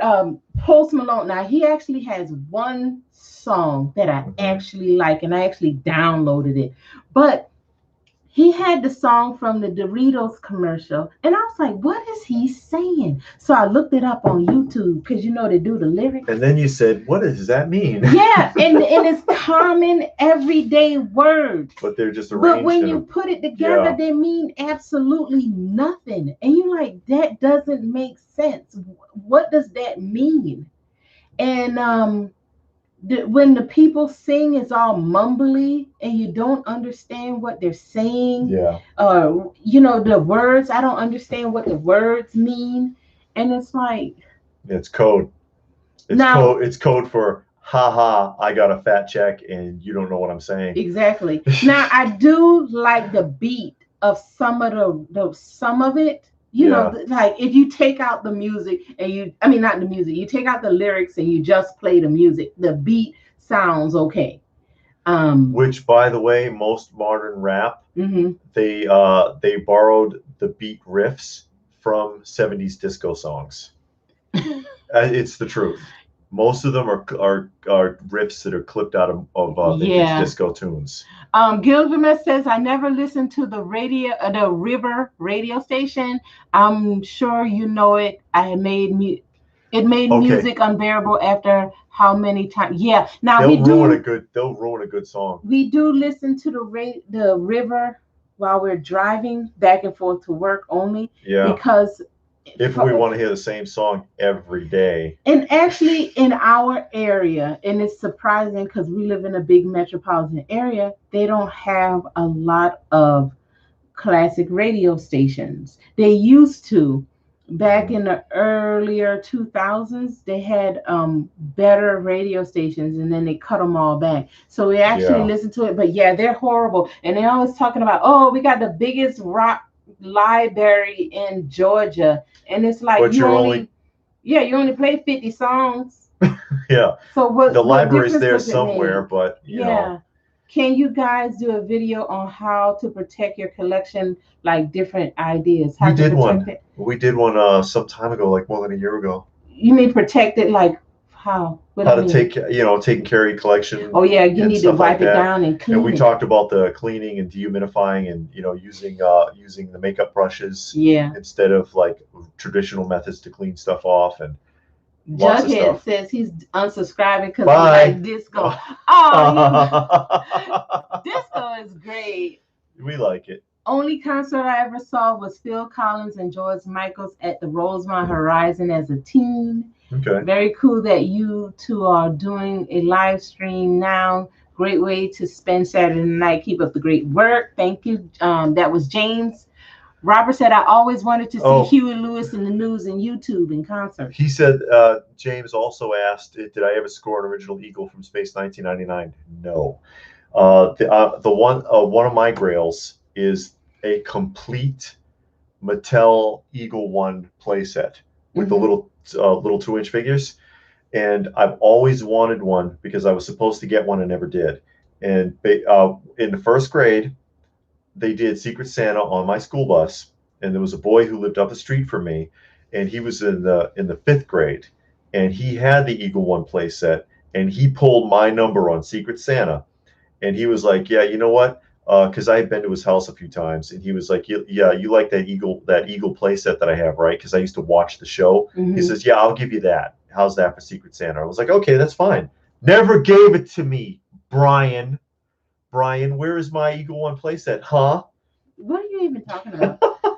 This question from James Finn. So, long story short, no, I've never been able to track down a complete Eagle One playset. And getting it in pieces, it would cost like 10 times as much as buying a complete one. But yeah, that's on my list. Mr. Magic said he took his COVID vaccine today, and this he actually made that we actually made him smile. Oh, okay. Well, we're glad we put a smile on somebody's face. Average Gamer said favorite rock band action figure. We don't have any. Not really, no. If I was going to say that though, the Mego Kiss. I used to have the complete set of the original 70s ones. I want the Bee Gees lunchbox. Yes, she does. I do want the Bee Gees lunchbox. ABBA had action figures also. They're very, very hard to find because Jughead just brought up ABBA. Kydra said, I agree about the beat, but Biggie and Tupac rolling in their graves. I used to listen to Biggie Smalls and Tupac. They're more popular now that they're dead. That's where all the money rolled in. When they were alive. But I like Bone Thugs and Harmony. That's our favorite rap group. Axel Foley. I wish to ask. I haven't seen that name in a while. Yeah, but I wish to ask our Bruce Campbell lookalike, do you still collect comics? Yes, I do. And you see the stacks of them right here that I'm sorting through right now. That's what these are, all here. And they're all vintage. They're not modern comics. Gilgamesh said, I dated a girl that listens to newer mumble rap. I had to play her several songs to show her where the songs came from that they were mumbling over. Yeah. Now that mumble, I don't know how you listen to that. It's just like disgusting in your ears. It's just like, ugh. It's poison. It's poison. I need you, Mr. Magnet. I need you. What? I need you. It's moving. Yeah, it's moving. Hold on, we got to stop it. Give me a I need you two guys. Supposed to every night you help me go to sleep. Thanks for the effort. We're putting you to sleep. Okay. Oh, that boring. I don't know how to take that. He say we boring and he go to sleep. Time to hunt down Brian. You guys are still. Yeah, I know. Holy crap. Yeah. Let's just cook the steak, had a whole meal. Yep. Yeah, we're still here.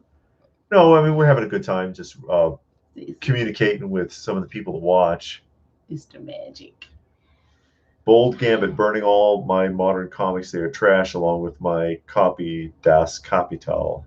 Yeah, the modern stuff. I really can't get into it, and it's all really most of it based on cover variants. That's with their biggest selling point. Let me see. Team Butter Toast. So in this current market, do you think it is worth spending the money on some of these toys? I would be very discerning. I would be very discerning because I can't see a lot of it holding the value. So be careful. Choose wisely. Do you remember Indiana Jones and the Last Crusade? The knight. You chose wisely. One chose poorly and one chose wisely. Brian, I mean, no, not Brian. Robert wants to know some concerts we've been to. Um, I've been to Blue Man Group. Hmm. I've been to Willie Nelson. I've been to a Willie Nelson concert, which is interesting because of the headband thing. Have you ever seen the headband trick that this guy does? Hmm. He has like like an unlimited supply of headbands in his back pocket, and he pulls it out somehow, ties it like this with one hand, and puts it on his head, and it fits perfectly. Plays a set, takes it off, throws it into the audience somewhere randomly, pulls out another one and goes, and then gets back into it. Okay, let's go. It's the weirdest thing. I've been to a bunch. I've been to let me see, Shaka Khan and Kim, Isley Brothers. Okay. I've been to Maze featuring Frankie Beverly. Okay. And who else? I've been to some more. Hillsong. Yeah, I was at Hillsong. Yeah, I was at one with you. Yeah, we went to one together. I've been Yeah. to a bunch, and I'm pretty sure I've been to some more, but I don't remember. But those ones stand out. James thinks that that's a great story about the Eagle one. It sounds like Brian owes me. Yeah, he does, and I'm gonna find him too. And pow. Favorite Boys to Men song is Thank You in Advance. I love that song. Also love their rendition of Yesterday. I think they did a great song, a great rendition of that. And there's another one. God, I cannot think of the name of it right now. But I like all of their early stuff before the breakup, before they broke up. I love all of their stuff. Mm-hmm. Where do you get your comics from? My comic store closed, and now all I have is eBay. I only read a couple modern comics, but want to complete back issues. I don't get any modern ones. And I found that I have best luck at comic conventions because the stores, a lot of them, they don't do the wall book thing anymore. Used to be a big deal to do the wall books, and now they just don't. Okay, Mr. Magic, Mr. Magnet, I guess we misread his thing. He's saying that we watch you every night, and you help me decide wisely on what to buy and not to buy, and control what I spend on collectibles. We're sorry we didn't read your comment right, so sorry. I guess not about that. But they fly up so they fly up so fast. But no, we're glad that we were able to help you, and that's all we're trying to do is just help people, get them some ideas, help them to get focused, because it can be overwhelming. It's very overwhelming, especially the modern stuff, and they throw stuff at you constantly. Yeah, and that's part of the problem. Even if you collect something that's not too terribly expensive, like Legends don't cost too much. Yeah. But wave after wave after wave after wave. Yeah. How do you keep up? Star Wars Black Series, you can argue, okay, they don't cost too much. What wave are they on? It just doesn't stop, and it's overwhelming. Yeah, so I'm glad we were able to help you. And again, sorry we didn't. I know I'm reading the thing and I didn't read it right. I just totally way out there. You ever seen Ozzy in concert? No. Last Ozfest I went to, I swear the guy started forgot he was on stage. Probably did. He's been doing that for like 40 years. Do you think that any of these new toys lines will maintain any value? Or are they overproduced? Yeah, we talked about that actually in a lot of them are overproduced, and a lot of them are way too expensive. And that's people have been elbowing me even in this discussion about when are you going to do that video? It's coming. I'm going to talk about the 3 models of production. Remember, I used to work for PepsiCo, and in the Frito-Lay division, and they pounded that into you. It was very important to them. 3 models of production. I promise you, none of them are being recognized by modern action figure manufacturers. But that's coming up. But one of the things that we talked about, because we actually talked about that in the video, but and it's been out for a while. But one of the things is like, okay, you have the modern stuff that's coming out that are reproduction of things that came out in the 70s and the 80s, but in 20 years, 20, 30 years, who's going to want that? Yeah. Who's going to want to buy it? In the future, the stuff they're going to be looking for is the stuff that started it all, not the constant remakes. Yeah. So that's always my thing. Who is going to want the stuff that's being produced now in 20 or 30 years? Are the kids now going to want that stuff? Yeah. Steve Goldman, have one of you ever had a kind of paranormal experience? Funny enough, actually, Virak, remember? Who? This is a kid I used to grow up with. Without revealing too much, I used to run around with a lot of Asian gang members when I was a kid, and one of them was named Virak, and he was from Cambodia, and he was one of those kids that was a soldier kid. You hear about that in other countries. You see pictures of these little kids with guns. That was him, because he was recruited when he was like 8 years old, and the whole side of his body, I knew him when he was, we were like in our teens. It was all burned up and full of holes because of an explosion, because he was in combat as a child, and he wasn't someone to be trifled with. And at one point, I knew him even into my early 20s, and then I hadn't seen him for a long time. And while I was walking through a parking lot, a piece of a newspaper blew up on me, and it stuck to my leg. And I picked it up, and I just looked at it casually, and Virak's picture was in it. And it was because he had gotten into a fight with another kid. And I knew who the other person was that he fought with too. I recognized the name, and I knew him. He was a bully. He was a prick. Virak and him got into a fight. Virak killed him, and Virak was in sentencing to go to prison. What they got to do with paranormal activity? Because I hadn't seen him in a long time, and I was thinking about him at the time. I was like, I wonder what happened to Virak. And then you saw that video. That newspaper. A newspaper blows up on me, and there's a story about what happened to him on it. And I guess if that counts. Weird story. It's true though. Jared Pritchard want to know, what's your favorite toy line? I like G.I. Joe. I like the Raw and the 60s and 70s, but I more favor the 60s and 70s. My Remco McDonald's. I love the Remco McDonald's. That's a great set. I like the Inhumanoids. Yeah. It's hard to pin one down. Yeah. I like the Mattel and Popey because they're very similar Shogun series, especially the 24-inch ones. And I have a few of those. I really like those. And the Knickerbocker Sesame Street. Yeah. I really like those. I could just keep doing that. But yeah, I do have a handful of favorites. Yeah. I like the Masters of the Universe. I like the original. And I like the Swamp Thing. I got that. Kenner Swamp Thing. Yeah. I like that. I don't have a lot. So I like those. Those are my two favorites. Two top favorites right now. But Average Gamer one ties in. What is the most disappointing toy line where after buying it you decided to sell them off?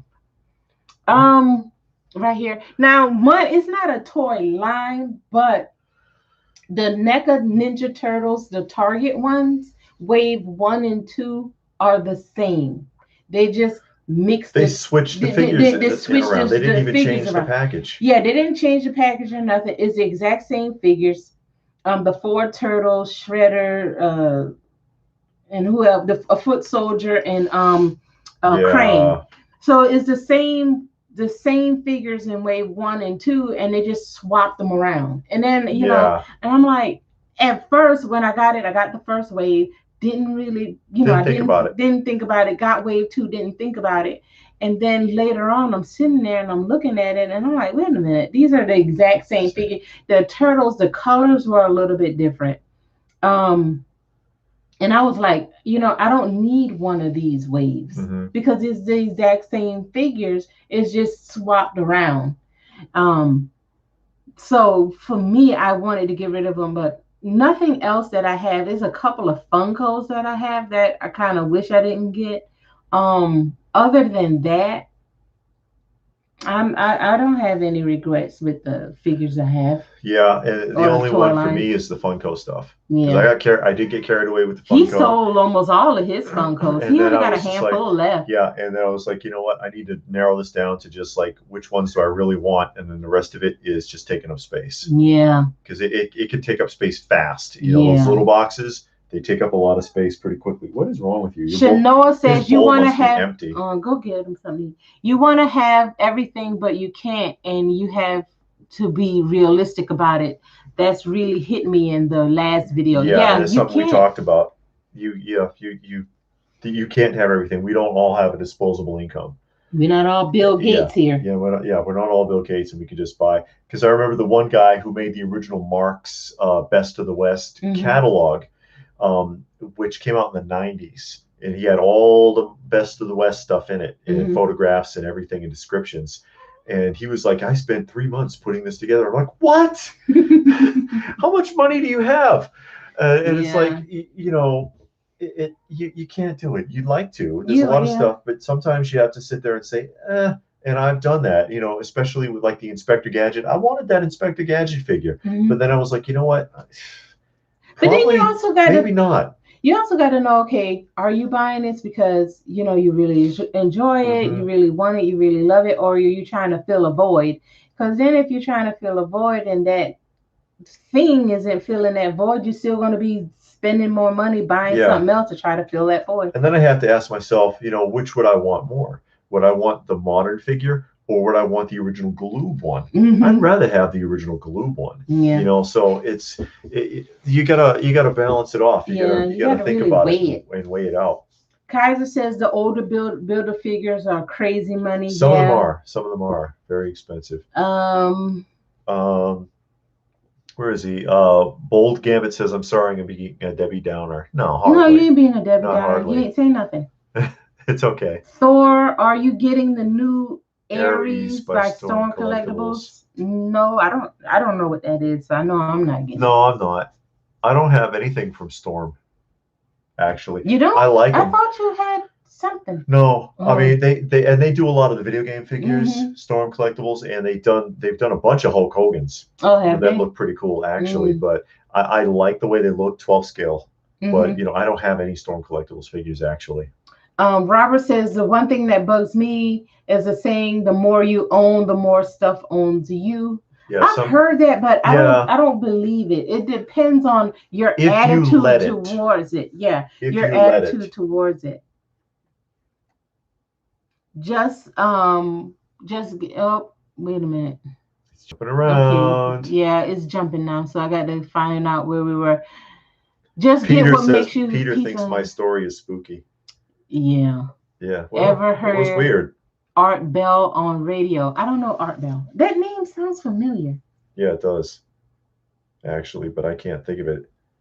NECA is doing that again with the Foot Soldier. He's being re-released again, just with more access. See, yeah, and that's what is that necessary? No, and that's what I think annoys a lot of collectors because it's like, okay, the manufacturer, they make something, and then a year or two they make the same thing but with a different accessory, or they change the color, or they change the face. And sometimes they don't even wait that long because Hasbro did it with the first wave of GI Joes already. Yeah, because remember the first 5 figures, they re-released them in different colors already. And it's like, you know, come on, give us a chance.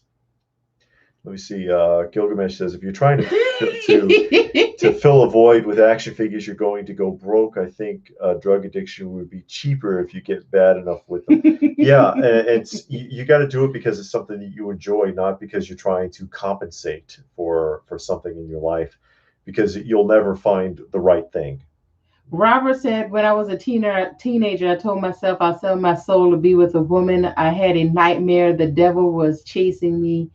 I was yelling, Mom. Next morning, my mom told me she had a dream the devil was chasing me. Uh-oh. Very creepy. Never tempt fate. Yeah. So. Team Butter Toast. Do you think this current bubble or whatever we are in currently will pop and the whoa? Wait, let me stop it. Okay, here we go. and the prices will come crashing down. Also, our comics pricing out the average man with being in the range of $4 to $9 a comic. Yeah, it'll crash. I mean, we did one a few weeks ago when the bubble bursts. And we're on the bubble. And sooner or later, it's going to pop, and because we've already seen many toy lines and other things crash. Yeah, we've witnessed it happen. And and people will say, oh, well, that was just Kenner starring lineup. Oh, that was just Beanie Babies. Oh, that was just Star Trek Playmates. That's different. Not really. Not really. Even modern figures. Look what happened to most of the original 6th scale figures that were getting big money, and now they're less than half, sometimes a quarter of the original retail. Look how much are the Sideshow Hogan's Heroes figures now, or Buffy, or even the Terminator ones. As soon as the next best thing comes out, nobody wants them, and the prices tank. Average Gamer, what is the first video system you bought with your own money? Mine was the very first PlayStation. I bought that. That's the only one I've ever bought. I had a Nintendo, the original Nintendo as a kid. My parents bought it for me for Christmas. So they bought that. But in my life, I've only ever owned 2 video game systems. Okay. With me, it was the Atari 2600 that I bought with my own money from a kid that used. And that was in the 80s. And prior to that, I had one that was gifted to me, and it was the original system. It was the Odyssey. I think it's the Odyssey. And it looked like, a big oval with knobs. And you basically played various forms of like Pong, knocking the ball back and forth. My uncle gave it to me because he was working for the company at the time. He sent it to me for Christmas. My mother would never let me open the box. It sat in my room in the box, sealed. I was not permitted to open it because she said it would ruin her TV. Jared said, I love my figure, but with all the BS, how hard they are to find, and if you do, they cost an arm and a leg. Sometimes I wish I never started collecting. And it can make you feel that way because you're like, oh man, what's the point? I'm never going to finish this line. That's why some people give up. And I've heard people, and the 2 big ones that always come up is either Funko or NECA. And they say, I got so fed up trying to find the stuff. I sold every piece I had because I don't want to see them anymore. I've gotten to hate it that much. And it's like, wow. I don't think I'll ever sell it. I just stop. Like with the NECA Turtles, I don't buy it anymore unless I go to Target, which is very rare, and I find it in there. It's actually on the shelf. If not, I just don't go. I just don't buy it because we don't go to Target. The only reason we ever went to Target is to look for figures. Something else. Yeah. Well, now. Now because we never shop at Target. So I just quit buying it. I'm not going to sell my stuff, but some people do. Let me see. Art Bell, late night talk show. Yeah, I remember Coast to Coast. They talk about supernatural stuff. Okay. I listened to them a couple of times when I used to work at night. It was always on. I got used to re-releases because of McFarlane. That guy will be showing off the Patty says, collect what makes you happy. Absolutely. Yeah. Kaiser said he went broke buying the NECA Turtles. Yeah, I quit buying it. I just stopped buying it. And now I'm on the Super 7 ones. I'd rather have those. I think they look better. They're easier to find. They cost about the same. If you look at the Super 7, you only get 1 figure for $45. NECA, you get 2 for $50. Psalm 2010 says, evening, guys. I'm late to the party. Be safe. Well, yeah. Well, we've been on, but, thanks for dropping in, though. Absolutely. Robert said they're starting to shoot firecrackers. Travis says the ring is in your heart was an awesome thing to say. I'm still that line because I don't wear the ring either. No. Our jobs don't allow us to wear rings. Yeah, we can't wear jewelry anyway, but David, I don't wear the jewelry. Original Street Fighter. Have you ever played the original Street Fighter? I have. I did in the arcade. Back when that was a thing. Oh well, then no. I had Actually, it no, the on. Street Fighter I played was in a pizza shop, not in the arcade. I played it on the College Pizza. PlayStation. College Pizza Mm. in Coolidge Corner. What's your favorite candy? Chico sticks. Really? I love Chico What stick. is wrong with I you? don't eat it because it sticks to your teeth and No, make your it's teeth basically a hurt. Butterfinger. Yeah, without the chocolate. It's the inside of the Butterfinger. You It know what I doesn't have like? the chocolate. I like those cow tails. Anyway. Oh, Average Gamer's got to go. Oh, bye. We Okay, had a we'll good see you time talking later. to you. Thanks. Robert, you know what toy thing I thought was cool? The Terminator generator thing, where you put the exoskeleton in the machine and give him human skin. I saw a YouTube video where a guy took the mallet and smashed a Oh, that yeah, he's talking Millennium about that Falcon. Kenner place, the Kenner playset, right? He did that for views. Yeah. I hate that. I was tempted on the turtles, but didn't bother. Looks like I was right. Yeah. I mean, if you want to get into the turtles and you want the newer stuff, I suggest you get the Super 7 one because, like we said earlier in the screen with Super 7, they make I think they make a decent quality figure. It's easy to find, and the price is not horrible. You know, NECA. I've heard a lot of complaints about the quality of their figure. It's too hard to find, and it doesn't always display well. Yeah, That's what Team Butter Toast said. Aren't yeah, they that's what known they've for heard. poor? Yeah, Yeah. they're known for very poor quality control, and they do not own it at all. They if you complain to NECA, NECA's like, meh, so. Yeah. They got a bad attitude about it. Gilgamesh said that he pre-ordered on the NECA website a few months ago. Yeah, they put like a few of them on their website, They've not the been whole doing thing. that to try to hold back the flood of complaints about the trouble with Target. Yeah, but then they only release one figure. Because you remember I got that one set from them, but that was the only one. They don't release the entire wave. It's like one figure, So it's like, yeah. Lando, happy pre-4th of July. Two questions. Lorandro 554, yeah. Oh, that's it, Lando. What present toy line do you like a lot? And what is your favorite color? Mine is purple. So is mine. Our wedding was purple. Yeah, it was. It was chocolate, purple, we and cream. had a grand wedding. Yeah, it was spent way too much money. Yeah, you were worth it. Yeah. But what's your favorite toy line? Present toy line. I like I like the Mezco 112th line, but I've been backing off of that a lot. I've been back. Well, first of all, Mezco pissed me off. You know that story. Yeah, I'll hold that grudge. I'll choke it to death. And and then of course there's the expense of it because they're not cheap. They're not cheap, but yeah, I do like the Mezco 112 figures. David doesn't have a favorite color. His favorite color is gray. He does. He doesn't have a favorite color or a favorite number.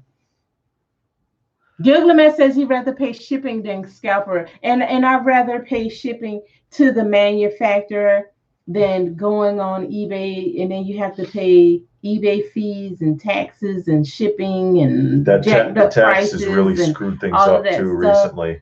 So that's why I look on the like the Entertainment Earths, the big bad toy stores, or go to the website like Super 7 website and buy from them directly because even Amazon, some things you can find on Amazon.